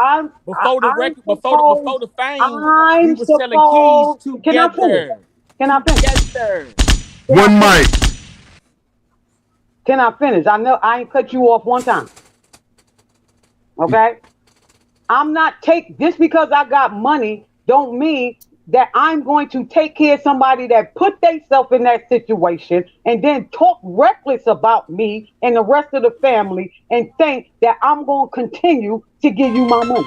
That ain't going to happen. You wouldn't have what you have without them. What are you talking Phone about? call, y'all. He would have that because Romeo was on Nickelodeon. Man, Romeo came after because the fame. He was manager and his son. It Romeo doesn't matter. After the fame. Oh my God! The boy made one album. Romeo was there doing the struggle, but he really came. He came out as a rapper after the fame. Like they was already big time by the time Romeo came out. They was already multi-millionaires. Yeah. What you talking about? Who was a multi-millionaire? Who was a multi-millionaire? Master P. All of us. Right. So okay. So anything that Master P did after C Murder went to jail, he's not entitled to. Because that's him and his son built that empire. Him and his son making them potato chips, them oodles and noodles. That don't belong to C Murder because he wasn't there for that. where do you think the money came from to start all that? That's what I'm saying. It came from whatever cut Master P had. That's where it came from. And he invested in his sons the same way he tried to invest in his brothers. You don't know that. The only difference is his son went down the right path and C Murder didn't. So why is Master P held accountable? Because this man want to come home and he done went to the parole board 3 times. Who paid for that? The state paid for it. Who went to that? They didn't. You think his family didn't show up for that? You think his family wasn't okay? Even Master P said the man's innocent. Appeal? Master you P think said his the man family didn't pay the lawyers for him to get an appeal? Because he had 3 of them, and he lost all 3 of them. Everybody said the man is innocent. Everybody believes the man is innocent, except for the jury. Okay, a racist state, racist jury, racist judicial system, and that's what you sound like you represent right now.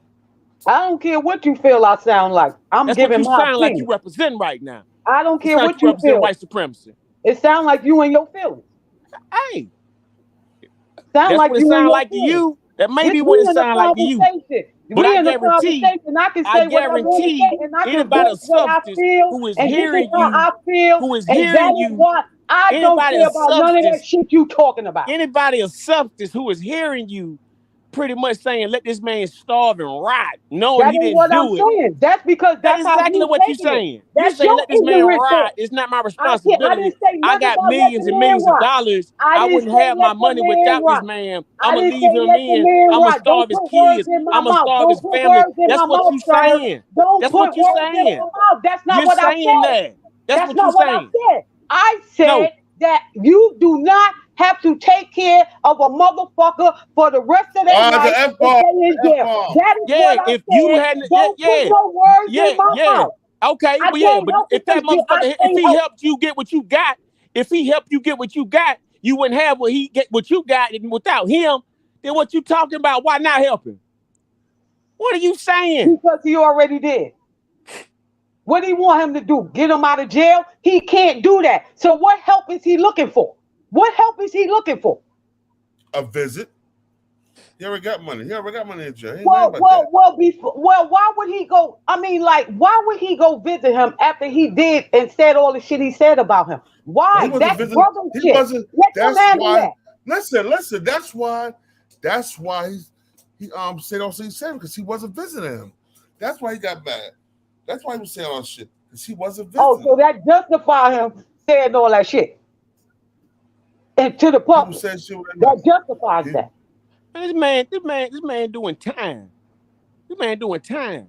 Yeah, he doing time. Are you understanding that? It seems like what? I don't care about him doing time. I didn't put him in jail. He put himself in jail. Are you a former prosecutor? Are you a prosecutor? Because this is ridiculous.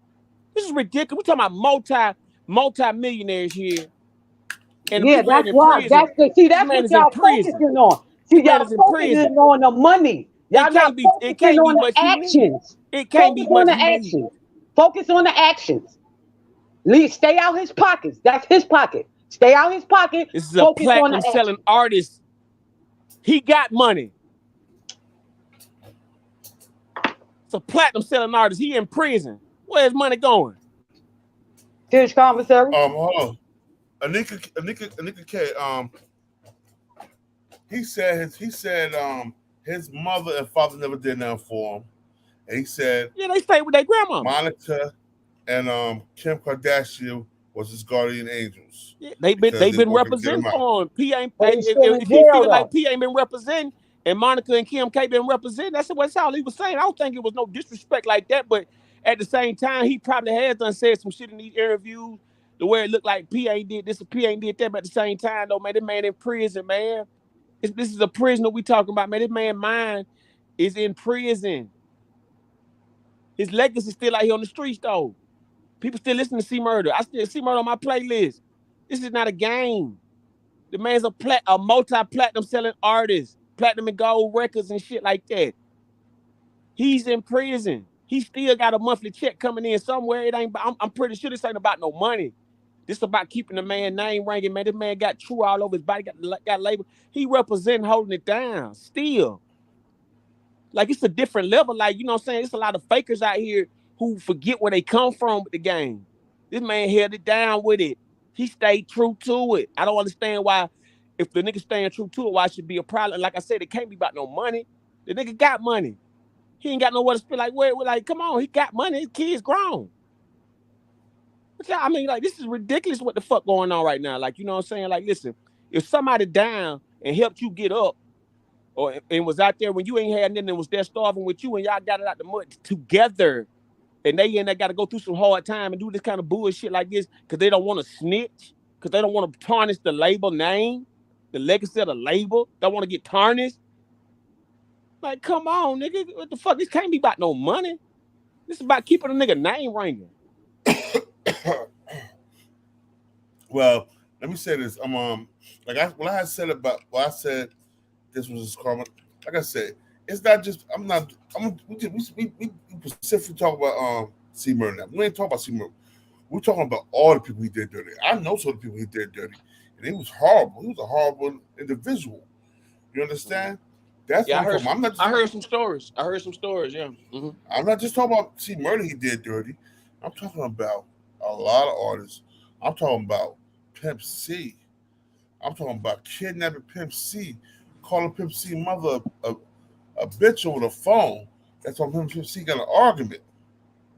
Then they kidnapped Pimp C, tied him up, and pistol whipped him in a hotel. Now, they ain't kidnapping. They held him up. You know what I'm saying? Handle that. But, like, the whole thing about that phone call, that was the conversation got misconstrued for real. You know what I'm saying? Like, motherfuckers be just like me and this lady. Just like what's that lady? Is that Magnificent? Just like the lady I was just talking to. It might have seemed like me and her was just, you know what I'm saying, had like it could have went somewhere, but like at the end of the day, that was just a conversation. Now somebody could take that, and that's how that shit went down with P and with Master P and C Murder. I mean, not C Murder, but Pill C Mama. Like, the conversation turned into a little, you know what I'm saying, a back and forth, and then, it wasn't, but it wasn't into it. It was just a little scrimmage, But, you know what I'm saying, like, that's why you know what I'm saying, when you got family members as your managers and shit like that, shit can get, that's what really boiled down to it. Family members in your business, you know what I'm saying, can be kind of funny. Let me see something. I'm gonna find it for you. I'm gonna find out for you. I'm trying to find it for you.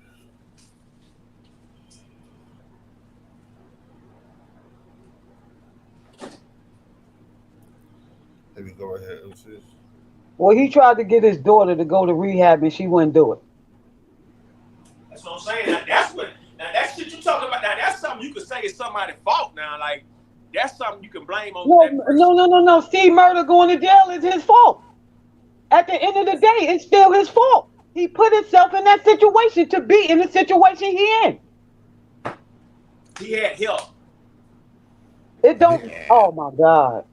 Oh my God. This is what's wrong with people. They don't like to take accountability for their part in situations. Okay?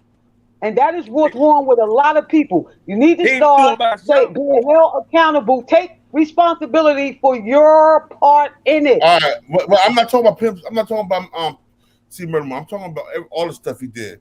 That's it. That's why the camera came back. I'm about to play another song. This is Fair Use. Yeah. Pimp kind of fell back because he said, well, I kind of started it because I was talking crazy. What sparked that was there was a dispute over like some money or some equipment that was supposed to take place, and Master P had cussed out C's mom on the phone.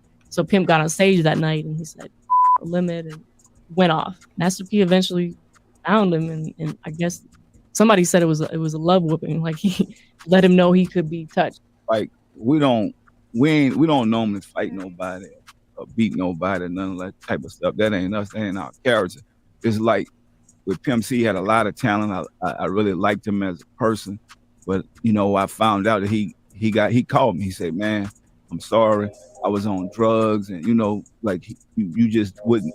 It's just easy, like, to me. So at the same time, with us, where we come from, it ain't about, once you run your mouth and you do all the stuff, you got to be able to pay for whatever you say. And like with me and Pimp, I never talk about none of that stuff. I let, he's dead. His mom dead. So it's like I'm really not. You ain't never heard me sit around and talk about that. I just don't do that. But I guess I'm about, I'm not gonna just talk about somebody that can't defend me. I'd rather talk about somebody that can defend themselves. So that ain't me. And I mean, he know whatever he did was wrong. He apologized for it. And there's a lot of people. To me, I always say, two mountains may not never meet, but two men will. So I don't go looking for people. If I see you, I gotta tell anybody, man, you do me something. I don't care if I see you in church or whatever. You gonna have to talk to me. You know what I'm saying? You gonna have to talk to me. That's just me. I don't. Man, I'm a pretty nice guy. I try to do the right thing. I don't mess with nobody. Man, it's this guy. This guy said, I try to do the right thing. I mess with nobody. Hey, I'm gonna say this. And it's going to love this mother. The Flex Series kit comes with a precision trimmer and exfoliating brush. Oh, mine should be here. So I think what we touched on that. Okay. What happened with Master P? Okay.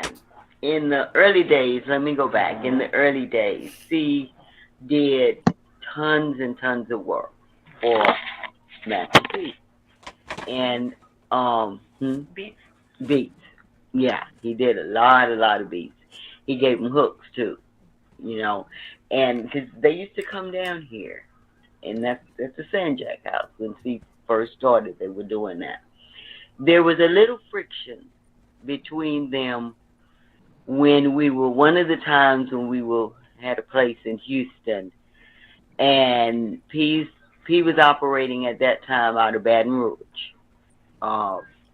And he wanted them to do a track and them to do a song, together. I'm thinking that's got to be Break Them Off something, maybe, at that time. But anyway, C already had a project for that night. And he called me early in the morning and he wanted them to come. And I said, well, can't do it because C has a project. Master P called me. Yeah. And I said, he's got a project. He's got to be in the studio at 6. And C happened to be in the apartment when I was talking to him, which I didn't really know C was in the apartment. I would have, read my conversation. But I said, well, we just can't do it, but we can come tomorrow. And he said, well, his words were, well, their shit ain't going to get played. Mine is. And I said, well, their money is just as green as yours. So you either want them tomorrow or you don't want them at all. And he said something back to me, and I said, well, fuck you then. Okay, and she heard this conversation going on, and he's like, who's that you talking to? I said, oh, and I'm looking at, I said, oh, that was just some business, and he said, who's that you talking to, Mama? And I said, well, it was P. I said, but it's no problem. He'll call back. I mean, you said fuck you like in a half joking manner? No, I meant that because he had come back at me pretty tough, like, well, if they don't come today, and I'm like, well, because that's the way, like a threat. Yeah, that's the way he is. That's the way he is. I don't know if that's the way he still is, but that's the way he was. And so, I'm like, well, we won't come at all. And so then, you want them to come to Baton Rouge? To Baton Rouge, and he wanted us to fly. Who you had the commitment with? No, it was some indie artist. Indie artist. He was right. I never heard it again. It was a good song, but I never heard it again. Anyway, but the people had been very nice to us. I had invited them in, and we had dinner. They had taken C to dinner a couple of times, and she really liked the little kid, and he was really going to try to work with him. And anyway, their money was green, and they had already paid their money. It wasn't they were waiting for C to go to the studio. They brought their money first. Right. What was he doing beats for around that time? If I'm thinking it was, I think he got 10 because it was 5 and 5. And Master P was paying him around that same yeah, he was saying the same thing, and so C heard that, and he got in like that. But anyway, like I said, P's money was just as green. So I said, don't worry about P. He does that all the time. I was used to dealing with him. I said, So that wasn't the first. No. I said, he'll call back. I said, give him an hour, and he'll calm down and he'll call back when he realizes that I'm not going to call him back because we are not going to Baton Rouge today. Right. And so she got kind of irritated, but he calmed down. That you said fuck you? Or? No, irritated that P and I would go at each other like that sometimes. Anyway, he did call back. It was only a half an hour. He called back and we hooked it up. We had another argument because he wanted for us to fly. Pops was with us that time. He wanted for us to fly to Baton Rouge. And I'm like, that's stupid. By the time we go all the way out, he was going to fly us out of Intercontinental. We on the south side of town. It's going to take us an hour to get out there. You got to be there an hour and a half ahead of time. Look, when you can go to Baton Rouge in 5 hours. So I'm like, no. And then all that hassle of flying. I said, no, we're going to drive, but we'll be there tomorrow. And we did, And so then she didn't want to go because he was mad. And I said, well, sorry about that. We need the paper. So let's hustle up and go. I called Bun, and Bun said, oh, man, y'all at it again? I said, yeah, you know how we do. Because we would do that all the time. And we went and, thus and so. But that was a little thing. And You guys, Bun went too? Yeah. Oh, yeah. Yeah. Needed the verse? Yeah. Yeah. And I could tell. It was for like a whole song, not just. Yeah, it was a whole song. But I could tell that while we were there, that he was he was standoffish. He did the work. And he could do his best work when he was pissed off. So he did the work because he wanted to get it done and leave. But we ended up staying 2 or 3 days because he ended up doing a lot of work.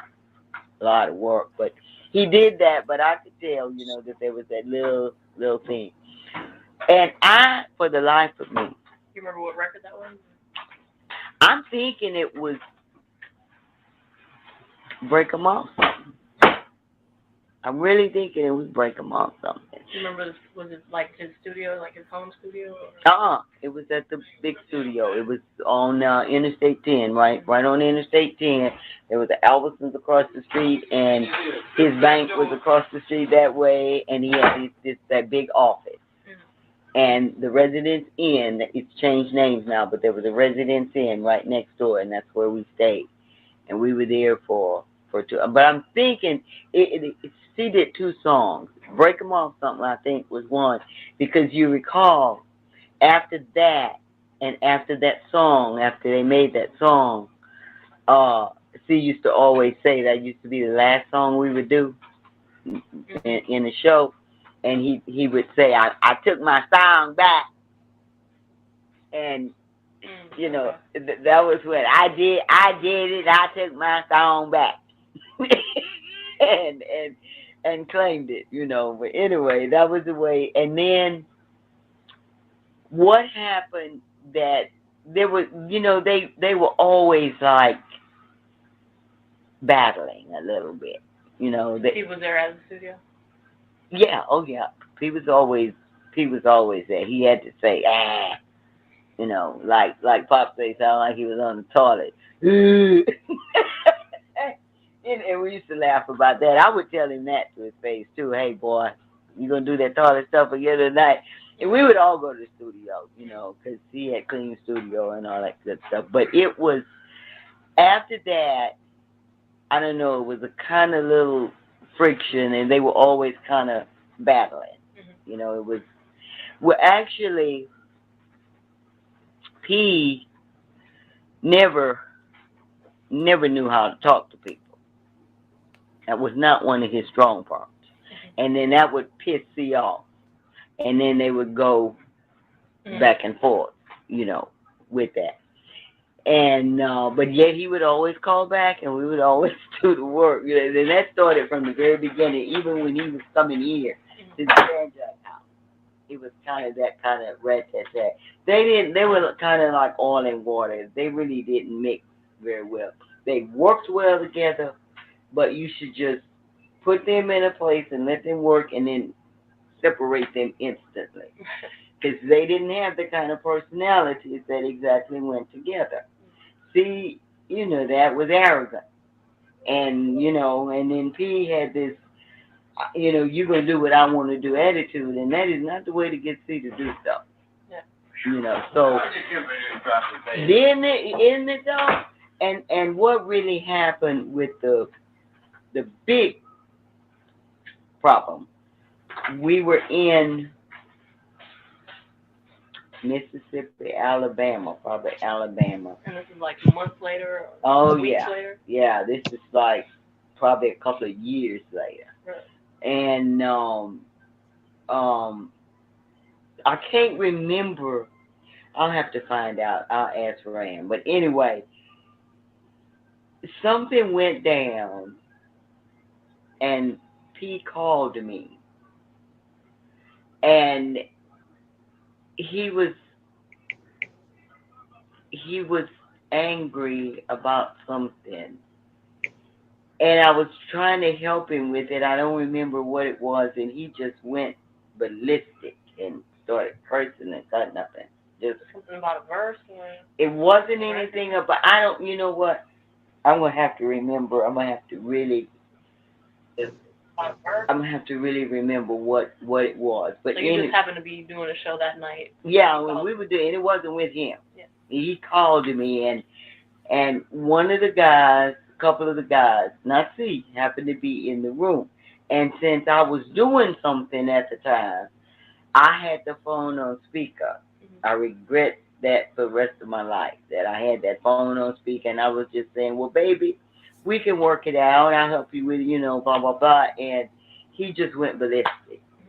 And those nuts, I couldn't catch them in He was time. cursing you out, or? Yeah, he was, yeah.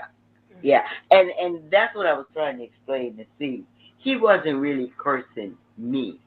He was just cursing. Like, like I do all the time. And I know I do it. I'm not, when I say, I don't know what that motherfucker was doing, I'm not cursing you. I'm just cursing. Right. Okay? And that was. I'm gonna say about Pimp C mother, she got a beautiful spirit. I've met her many times. She's a beautiful lady inside out, yo. Real talk. But at least she's honest about her shit. She's like, yo, I cursed that nigga out too, you know what I'm saying? But Pimp C and his boys took that the wrong way, you know what I'm saying? She didn't care about it. He cared about it because that's his mother. You know what I'm saying, Jersey J? Hey man, mama ain't nothing like mama's love, homie. Yeah, but she was trying to keep, saying she was debating on whether she should tell it or not too, though. You can tell that's why she was like, I gotta think about it, you know what I'm saying? Yeah. But yo, let's listen to what she said, because I remember Pimp C told me the whole story. He called her, old boy called her a bitch on that phone call. That's why they all were ballistic like that. It wasn't no motherfucker fuck you shit. It was like, bitch, don't play with, some shit like that. That was the case. But the way the guys took it back to C. These are like bodyguards. Yeah. Street niggas. Crew members, and that he was cursing me, and he really wasn't. But then by the time they got to see that I couldn't explain to see he wasn't cursing me, honey. It would be like if you would say, I was trying to explain to him, where'd that motherfucker go?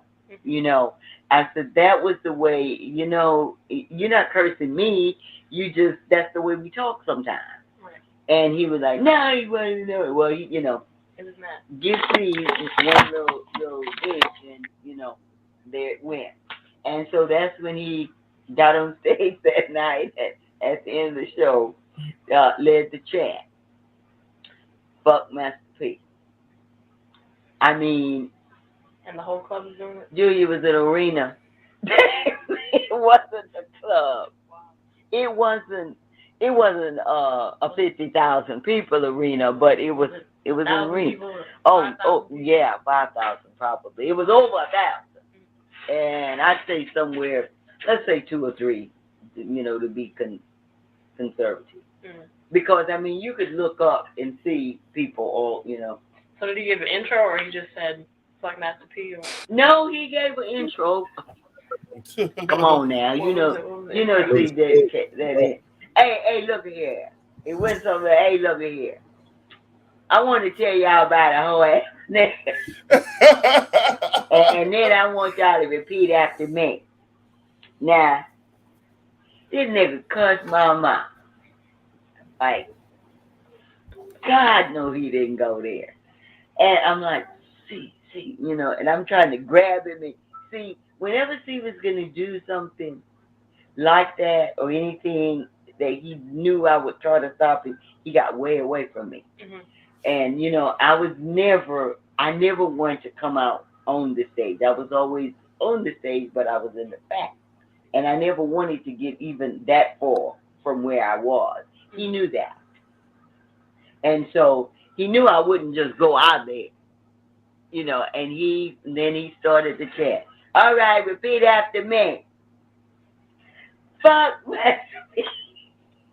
And it was rattling. It was so loud. And I'm like, oh my God. People weren't like, you know, what happened, or they. No, this was Pimp C talking, Norland. Yeah. When Pimp C talked, people listened. When Pimp C do it, they did it. Mm-hmm. They did it. And I'm like, you damn fools don't even know what you chatting about. But you know, this is the end of the show. Everybody been smoking something. Yeah. Everybody been sipping something. Mm-hmm. So, you know, that's the way it was. That was before the days when you couldn't smoke in the arenas and all this kind of stuff. It had a cloud in that booger that thick. You know, you could get a contact guy in there. You know, so it was that started, you know, the thing, and then so somebody actually came to his hotel? Yes. That night? No, it wasn't that night. It was probably a couple of months again. So obviously P heard about it. Oh yeah. Oh, is he doing this like every show? Or was it just oh yeah. Oh, okay. He did it at Chocolate Town in Houston. P was living in Houston at the time. Yeah, hold on. Okay. Let me say something. But then he went on back to Atlanta. Let me say something. Hey, God the brand. I thought they had God the brand. Anybody who said he was just cursing when he was talking. You respect your elders. You don't curse to nobody's mother that you're doing business with, you are right, but you've been doing business with for years. You don't curse at their mother because you wouldn't like it. He was cursing around your mother. Curse around my mother. You curse around my mother, she gonna go on her brassiere and pull her little 32 out. Just saying. I'm for real. She gonna pull that jaw out. What you say, boy? Magnificent Mecca. Yeah. Now imagine I'm talking to your mother and I'm just cursing my ass right around your mother, cursing. Would you be ready to smack the shit out of me? Nigga, I'll break your jaw in 17 different places. If you talk to my mother like that, whether it's my son, my nieces, my nephew, don't talk to my mother like that. That'd be fact. You don't have to be cursing her out. Exactly. It could be an attitude. It could be an attitude. It could be your tone of voice. It could be what you say. You know what I'm saying? You can say some shit like no disrespect, but it could be disrespectful. That get your jaw broke too. Anytime you start a sentence with no disrespect, what's coming next it's disrespectful. Exactly. Anytime you start saying no disrespect is coming. We all know that. Hey, Sugar Bum. Listen, you didn't hurt my feelings. I'm over here doing sit-em-ups, push-em-ups, jumping jacks, skipping rope. Now I'm trying to burn the ball of gut off. Hey, Mac Mizzle, what you think about this how Master P was talking to this man's mother? That nigga's a foul nigga, bro. That's why he had all this tacky ass clothes and music over the years, man. I mean, I gotta call it a spade, man. He had the hustle, but pimping and bun, them niggas had the juice. Yeah, but that's what I'm saying. So this is what happened. This Pimp told me what happened. Pimp said he told me he called his mother a bitch. She's saying he was cursing cursed while he was talking to us. So talk. Or they had talk. But then I think for some reason, because P had actually stopped. And then So he did it like twice or like a bunch? Oh, he did it every week, man. For a couple weeks. Let's say a couple weeks. And he went a lot of places in a couple of weeks. Probably 3 weeks actually. Maybe 4, I don't know. But I know they had talked and he called P and told P, you know, my mama told me that's not the way that went down. And you know, man, I shouldn't have gone off like that. And, you know, I thought everything was cool. Well, I think we were doing, that was one of the problems with Riding Dirty. That's why Riding Dirty took so long, because we were doing Riding Dirty. And she was in Houston to do some more work on Riding Dirty with N.O. Joe. And I called him that day. And, well, we were living in an apartment, that's right. He left to go shopping. And I called him and I said, baby, I think I want to go home today. I'm going to go home. I said, do you need me? And he said, no. We were laughing. He said, no. Because, you know, God got me that room out there. I might well just go and do that, mama, you know. I'll be back by the time you get back. Room as in a hotel room? Yeah, yeah. He had a place to use. Anyway, it was just a horrible, nothing went right. He was supposed to stay downtown, don't remember the name of the hotel, and they were overbooked. And so they didn't call me. Job didn't call me. They called him and asked him what his second choice was. And he said Residence Inn. And they put him at the Residence Inn in Sugar Land. I never would have put him out there because I knew that's where P was. And I really never would have sent him out there. But then I didn't know. That's where he lived? Yeah, that's where he was living then.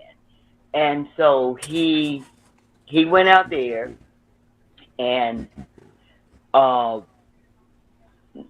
didn't know that he lived there or didn't care? He didn't care. See, you know, he knew, but they said when he got the address, he went on out there. He knew where that one was because we knew where that one was. We had stayed at that one before. I didn't like that one anyway, but he went on out there and he called me and said that they had changed his hotel and it was the Residence Inn. And I said, well, that's cool, but I didn't ask him where it was because I assumed it was one of them that we usually stayed at. There was one downtown.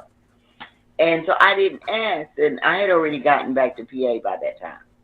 And we had gone to bed. It was about 11:30 when Ram called and said, from Atlanta. Ram was his engineer. And he said that she was hurt. And that I said, hurt? I was thinking car accident. And he told me what had happened, that they had kicked the door in. And, well, hell, they pistol whipped. P pistol whipped. It was P himself. It wasn't the dudes.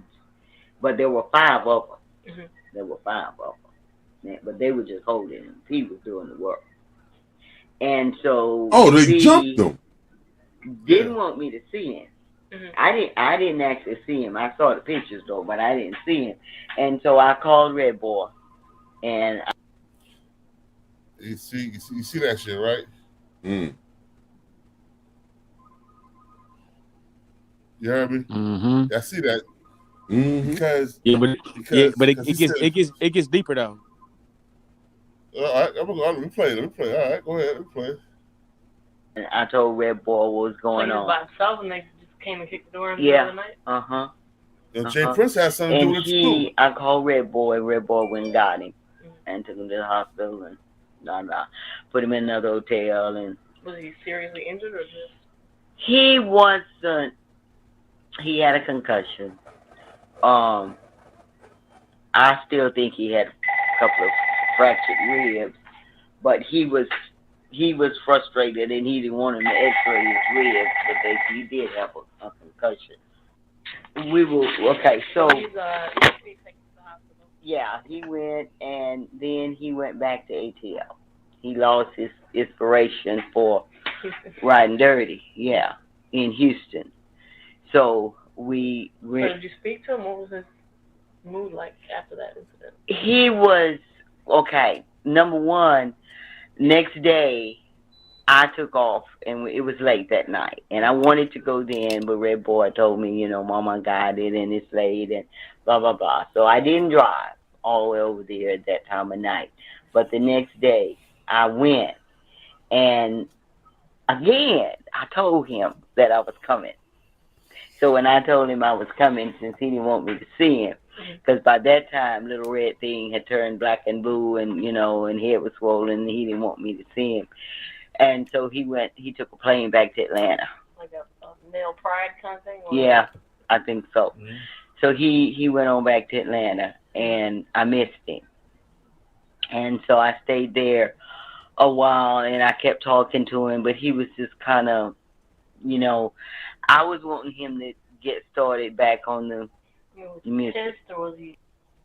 Yeah, that's some foul shit. Even when he found out it was true, at least he was man enough to apologize. You still gonna run down that nigga and try to jump him? He apologized after he got out of prison type shit. That's when he apologized about that. Like that's when everything was like, because after that happened to him, he made that album, that Sweet Jane Jones Chronicle, which is one of the hardest motherfucking albums ever. But like he made that one, and that's when he talked about like what happened and shit like that. But see, I know the ins and outs of that shit. But like when it's all said and done, if you listen to the Angela Yee interview, he know what happened to him, but he didn't really have anything to do with that. C got caught up with some fucked up management, and that's how they was able to get to him. You know what I'm saying? But go ahead though with that. You know what I'm saying? That's a whole nother story right there. I'm gonna say that one for my show. Okay. Want to tune in too. I ain't trying to bring nothing up, be messy, but I just wanted to, since you was close to Pimp. Definitely. You remember the rumors that C Murder slapped Pimp, punched him or something? No, that was Master P. Masterpiece? Master P did that. Now Pimp and C Murder cool. Okay. It was C Murder cool. Some chick, what happened was Master P had a great business strategy. Mm-hmm. To me, Master P, what really blew Master P up was he had the smartness to do Down South Hustlers Volume 1 and West Coast Hustlers Volume 1. Mm-hmm. But because what he did was he went and got the biggest rappers from the A-Ball and MJGs, the UGK. He rapped with them, so he got their fan base. Right. They were smart. Right. Nobody had thought about doing no shit like that. So when Pimpin went down there to do the Players from the South Stack G song, that's when they first met him. And then we do Break 'Em Off song. Then we do Kick Those, See Murder. Just and the relationship is building. And some things business wise started being funny. Okay. All right. Some things business wise started. I'm telling you, this is what Pimp telling me. Pete wasn't right with that paperwork. And then Pimp knew he had an end. Chad respected the fact of what he had done. Yeah. He could do nothing but that. I mean, you walked in, you got your own situation going on, you own your masters. You did that. I was the big brother. Now you big bro. I need you to help me. Long live the I pimp. did all this shit for you. Yeah. And when shit didn't go the way for Chad's satisfaction, how he thought it was supposed to go, he started dissing him. Yeah. He started dissing He was hurt behind that shit. He started dissing Master P on stage, and it went. One thing about Chad, he was not gonna hold his tongue. And he was fuck No Limit, fuck Master P, all that shit. UGK was doing a lot of shows. Word got back to Master P, right? And I don't know how they got in the room. Rumor is, they knew somebody at the door, and they had the key. I mean, at the front desk, and they had the key, They just walk right in the room on it. Oh, he called me right after that, so I know it happened. Master P and them had a key to his room. Walked in on his room after the show they had done. Hello? They had done a show, got back to the room. Hello? And shoot, next thing you know, you in your room chilling. Next thing you know, 4 or 5 niggas with masks and guns come in your room. And they held them while Pete. Yeah, he did that. That's a true story. Niggas don't act like they don't want to speak on it, but that shit happened. Damn, that's fucked up, bro. That shit happened. Yeah. And I mean, if he want to get mad, he can't get mad over that because he know he did it. I mean, I thought they said that like Pimp what's the name? C Murder broke Pimp C jaw. I don't know. There's be all type of rumors out. No, none of that shit happened. Peter, C Murder and Chad were very tight. Still tight to the day he died. You know, that was, matter of fact, Chad and Master P became tight again after that. After he got out of jail, and he was still on that fuck Master P shit for about a month. I'm telling you. Yeah. And then, dealing with C Murder and dealing with just thinking about, you got to practice what you preach. You somebody talking about knocking doors down. Come on, man. Yeah. So he mended his ways with Master P, and I'm glad. Shout out to Master P. Shout out to Master P. Because I met him. No limit. I met Master P. The first night you was at Screwhouse. If you see this, the first night you was at DJ Screwhouse, I'm the Bobo. We had all had just got tattoos. Yeah. Night. You know what it is. What's up? Okay. Where was you at the time you heard Pimp C passed away? And how did you take that, bro? Come on, man. All right, child. Yo, so I just want to say, you know what I'm saying? That's the reason I say it's that karma, man. The sins of the father. Because when you do so much harm to so many people in your line of work, on your walk of life, this will come back to you the worst way possible. That should come back to you the worst way possible. My condolences for when you losing his daughter. But he brought, man, a lot of that shit, so you bring yourself. You know what I mean? The same way I feel like when my son got hit by that car, I thought about all the shit I did, you know what I'm saying? The sins of the father. That's all I'm gonna say about it. Anybody else got anything to say about that, man? Y'all heard the mother speak, y'all heard Pimp C best friend speak. Well, I'm gonna just say, R.I.P. to your son, man. R.I.P. No, my son is alive. He got hit. Oh, my bad. He almost died. He got hit by a car. He almost died. And I felt I was all the way out of state. I had to travel back to New Jersey because I was over in Virginia at the time. Well, Pimp C, first of all, rest in power, homie. Continue to rest in power. Fuck, man. Hey, man, like I say, we don't know like the ins and outs of the of those situations. What happened between Pimp and Master P. I mean, those are people's narratives, and I believe the mama more than anybody. You know what I'm saying?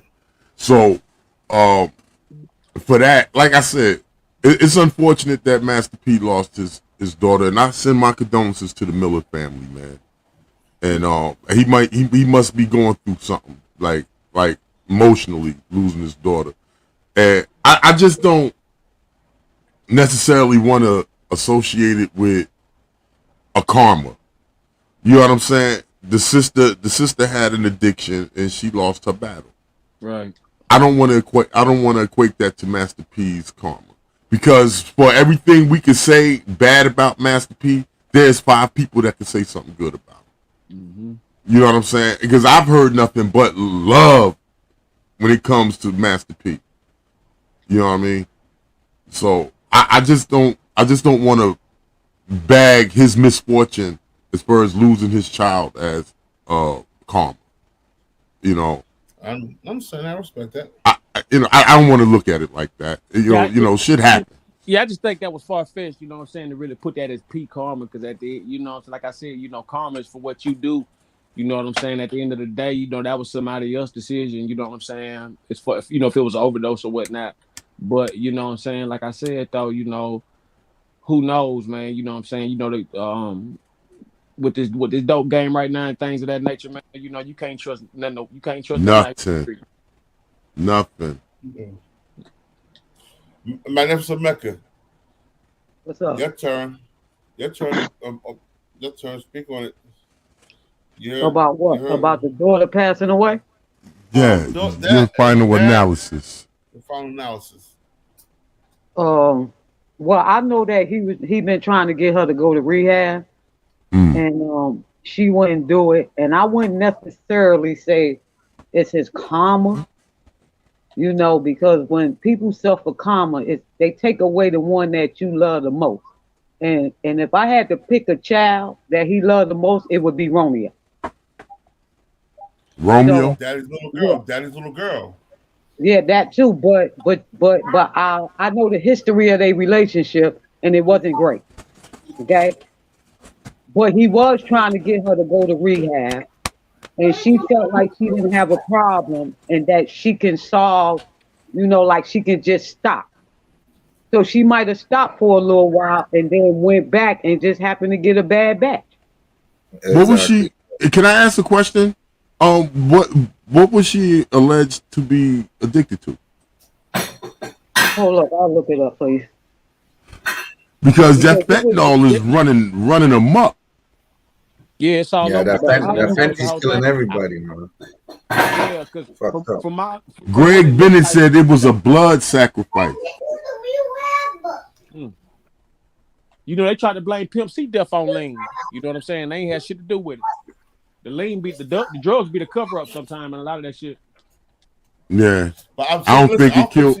Listen, I was Pimp C bodyguard, and I know what Pimp C used to do. So we did something together a few times. Pimp C didn't just fuck with lean; he pancakes and syrup.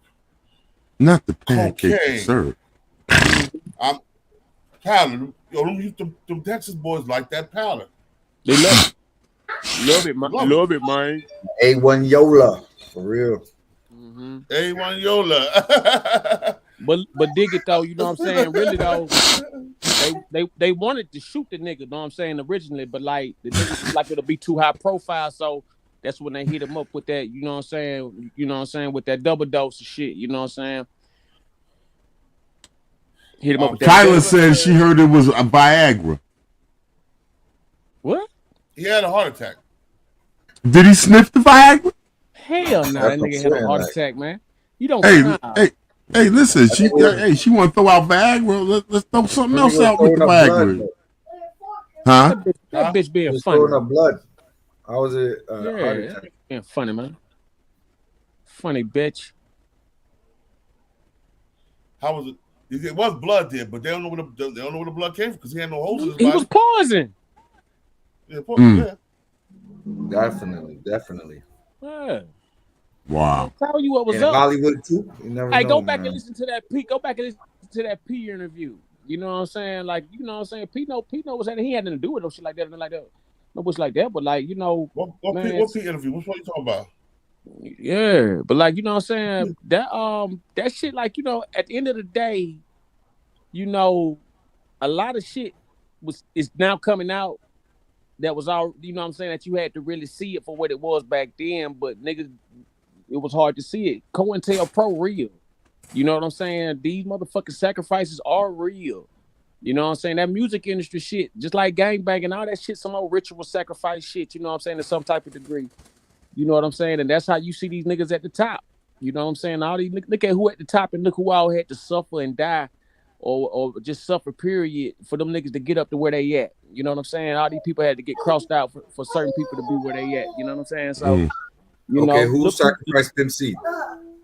Just didn't you hear me say on time? You know what I'm saying? That's a whole nother deal. You know what I mean?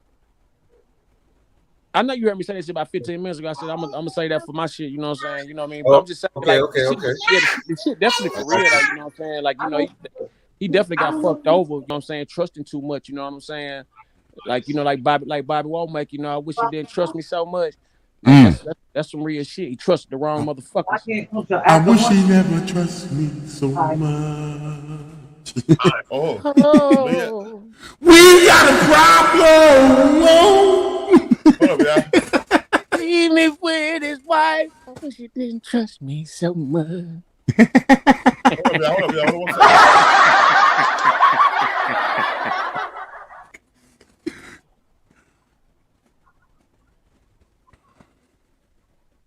understanding like he wanted his masters back, or P owed him some money, or there was some.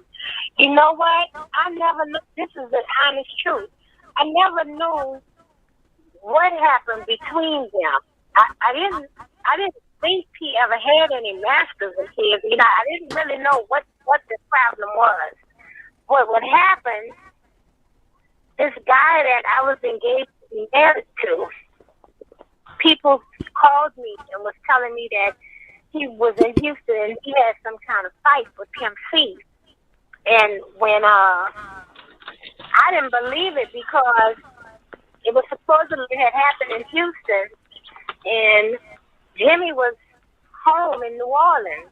So I kept saying, well, that's impossible. But when it all came down to the come down, it had actually happened. Jimmy had caught a flight like 5 o'clock in the morning, and he was back in New Orleans by 11 a.m. And so I never knew that he... Master P called the goons to handle one man. That was some punk nigga shit. That's some punk whole shit, bruh. So they jumped the homie. They jumped on him. Nah, they really like. I mean, you could say that, but I mean, you gotta think about this too, though. Y'all niggas got y'all shit going on. All y'all niggas street niggas and shit, though. You know what I'm saying? So you know, nigga out there, you know, talking about just like what Pastor Troy. Remember, Pastor Troy shut it down.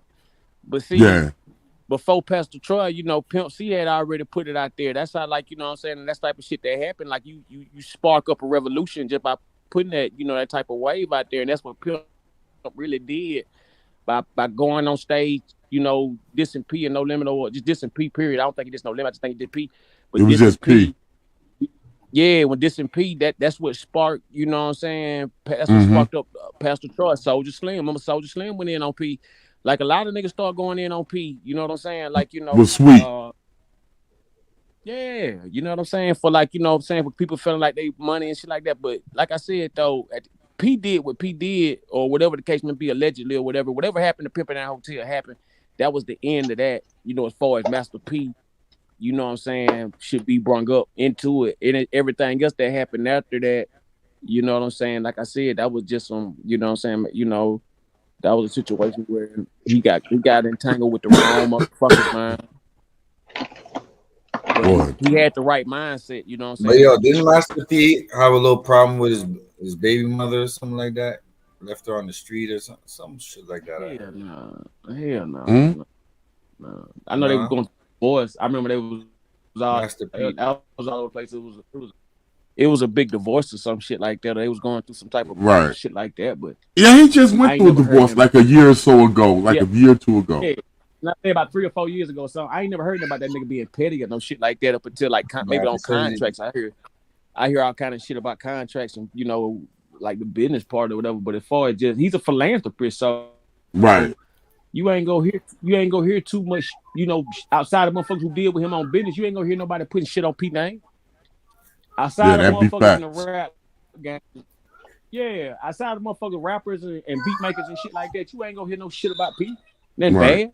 Right. I ain't up here saying that bad, because at the end of the day, even Pimp C apologized for that bullshit. You know what I'm saying? You know what I'm saying? Like, you know, but that's what happened when you got your mama managing you and shit. Like you can get caught up in emotional shit. Just like Waka Flocka and OJ.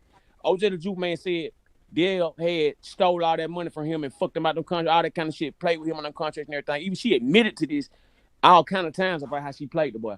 And Waka Flocka didn't give a damn about if she did it or not. He went up there, stood up for his mama. You get what I'm saying?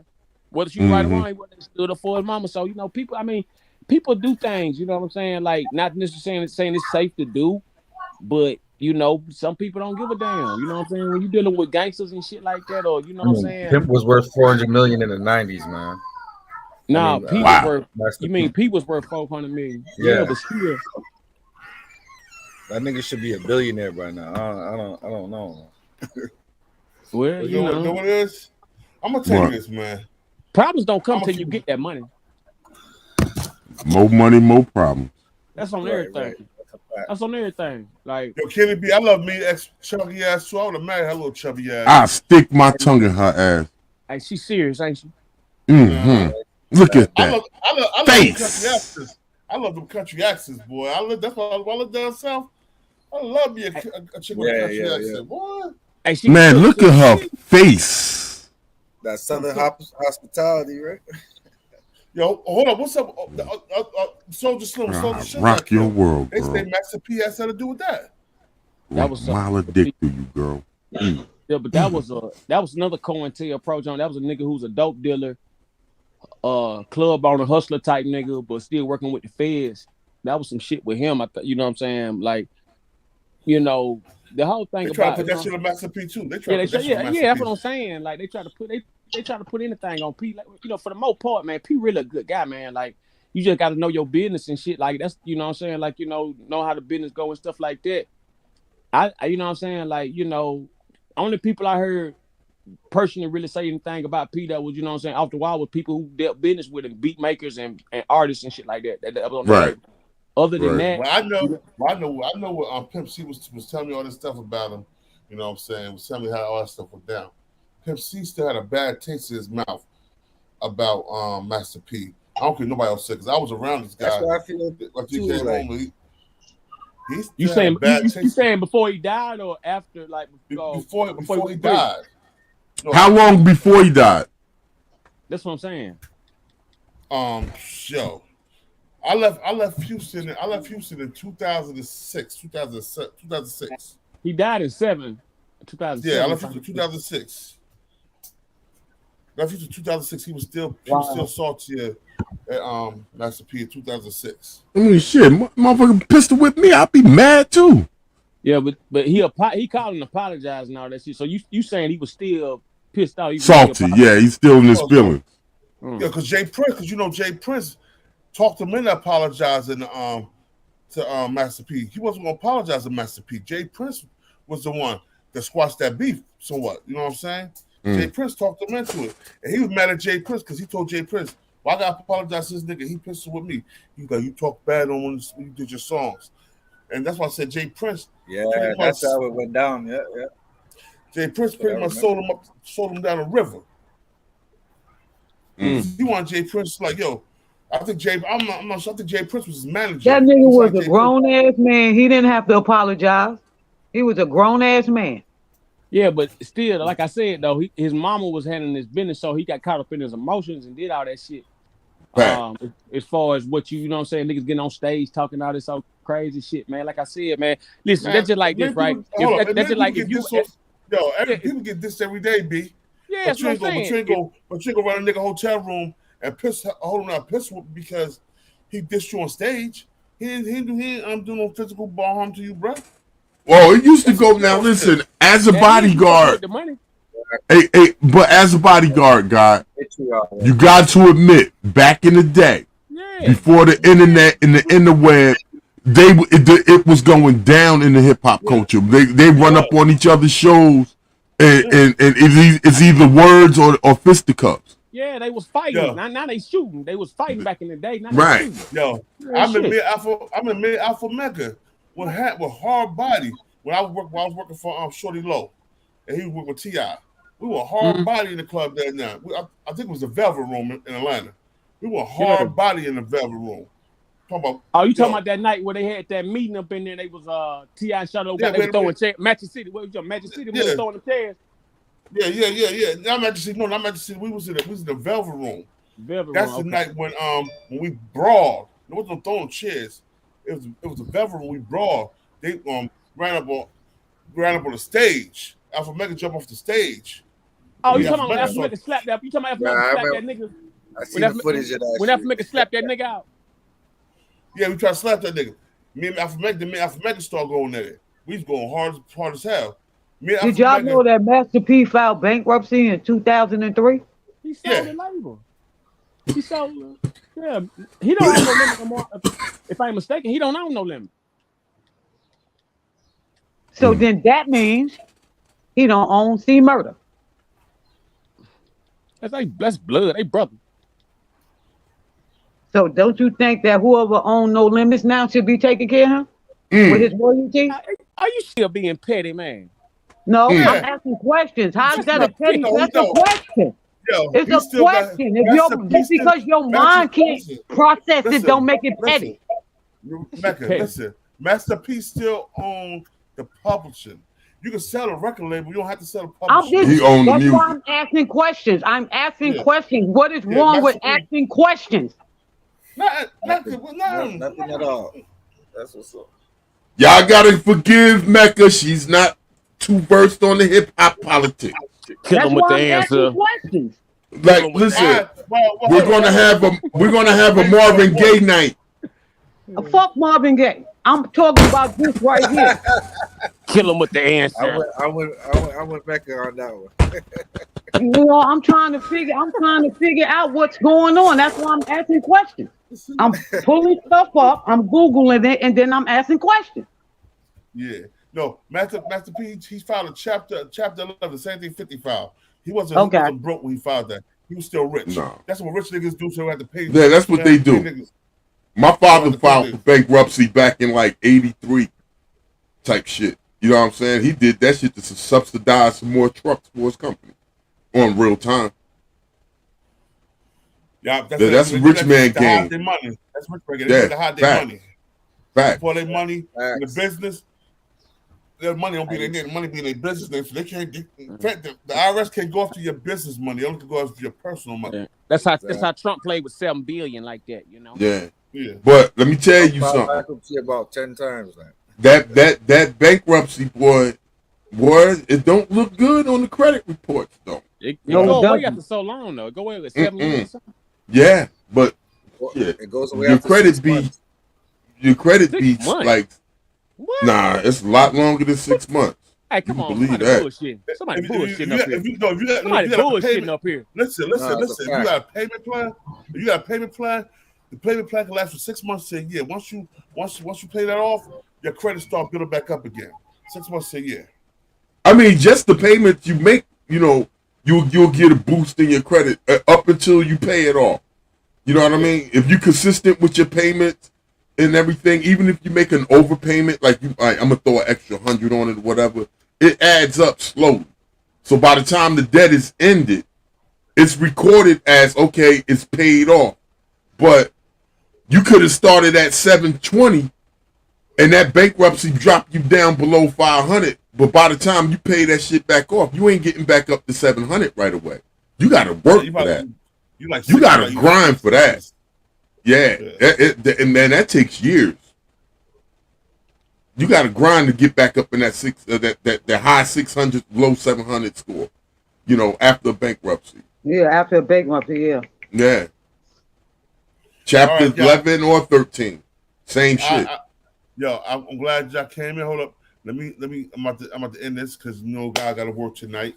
Oh yeah. I appreciate everybody being on the panel. Salute to y'all. Thanks for having me. Hold up, let me play my brother real quick. My little brother, the Prince of New Jersey, Chris Down. Shout out to Camden. Hey, subscribe, Cinderoni. Subscribe what?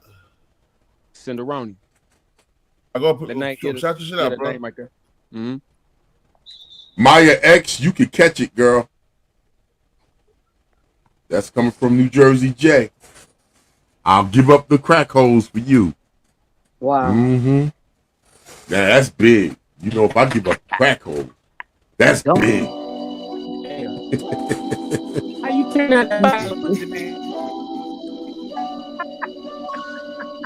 Yo, Born. Show them how we do this, man. Btbtv. We bully the bullies. No run, no retreat. Btbtv, nigga. Btbtv.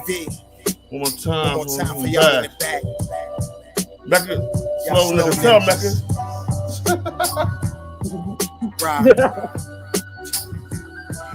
Yo, John Gotti flow, rap Pablo.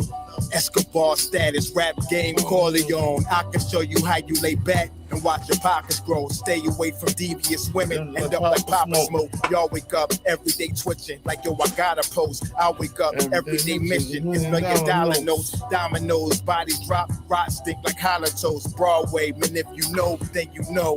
I came for everything they said I couldn't have. Got that and then some, and then some. My ones on overload, say y'all overdose. Y'all rappers in the tight squeeze and that clutch like Cobra rope. The okie doke, we don't go for that. Harsh rope, another tale from the street. Death and horror flow. The projects like a ghost try and haunt your soul. Another tale from the street. Homicide the folks who want to play to them guns scream adios. Another tale from the street, black mafia. So Don Corleone mixed with Al Capone. Another tale from the street, like an opera show. These kids be acting till they life movie curtain closed. Nowadays your foes will plot you wearing Malcolm X hats, 666, the devil on their shoulder, won the death match. Reminiscing when more street ninjas was off the hook, chasing D's up off the block, trying to run and get the force, blood on pavement. He's 12 years old and he tough to play with. He don't go to playgrounds, that's his fiends who want their veins stick. We can't miss, we can hit the target with our hands behind our back, our eyes closed and half brainless. Don't play with us. Another tale from the street, death and horror flow. The projects like a ghost try and haunt your soul. Another tale from the street, homicide the folk who want to play till them guns scream adios. Another tale from the street, black mafia. So Don Corleone mixed with Al Capone. Another tale from the street, like an opera show. These kids be acting till they like movie curtain close. Yeah, Btbtv. It's the movement, man. You're born. You're born, let's get 'em. Let's get 'em. Cash, we up. Yo, man. For real, it was a dope chat, man. I appreciate y'all, man, for real. Word. And the dopest chat on the tube, y'all. Real time, yo. Hey, man. Good kicking it with y'all brothers, man. Peace. Yes, sir. I'm gonna be up with you, man. Hey, for sure. Hey, definitely, man. Hey, man, definitely tune in. Or like same name on IG or something like that, man. But like, you know, hey, that shit get deep as shit about that nigga, man. Like, you know what I'm saying? Like, I'm talking about Hold on. You said send them. Hold on. I'm about to follow you on IG right now. Hold on, let me follow. What's your name? Cinderoni? That's me. That nigga named Tenderoni. Yeah, it's about a Cinderoni. Ain't sin. You lucky I ain't see that name when we was going back and forth. I was being real mindful and respectful, you know what I'm saying? No, I ain't mad at you. Cinderoni Valentine? That's me. Yeah, it's about a Cinderoni. I'm not one of those sensitive women. He's a gangster nigga. That's why I hang out with all the fellas. Hey, I'm gonna go. Yo, I got it. I'm gonna go ahead and get the StreamYard and everything get set up tonight or whatever. So you know what I'm saying. I probably drop something, but I'm gonna definitely get in tune though. You know what I'm saying? Because like I said though, that shit gotta get out there, man. Because like, man, it's a lot of rappers, a lot of gangsters, a lot of celebrities and shit like that. They get caught up in these webs and they be thinking they stepping up into something to a next level, but man, these niggas be getting killed, man. Yeah, quicksand. Yeah, they be I'm gonna do the alpha. I'm gonna do the alpha myself. I'm gonna do the Alpha Omega T.I. Shorty Low and my story. I'm gonna do that shit tomorrow, probably. Word. Yeah, I'm gonna do that shit tomorrow. Yeah, that's the story. I was out there when that shit was going down, and you know what I'm saying. That was some real life shit. A lot of niggas was getting. Yeah, niggas getting their ass beat. Niggas getting stomped out. Yeah. Me Alpha.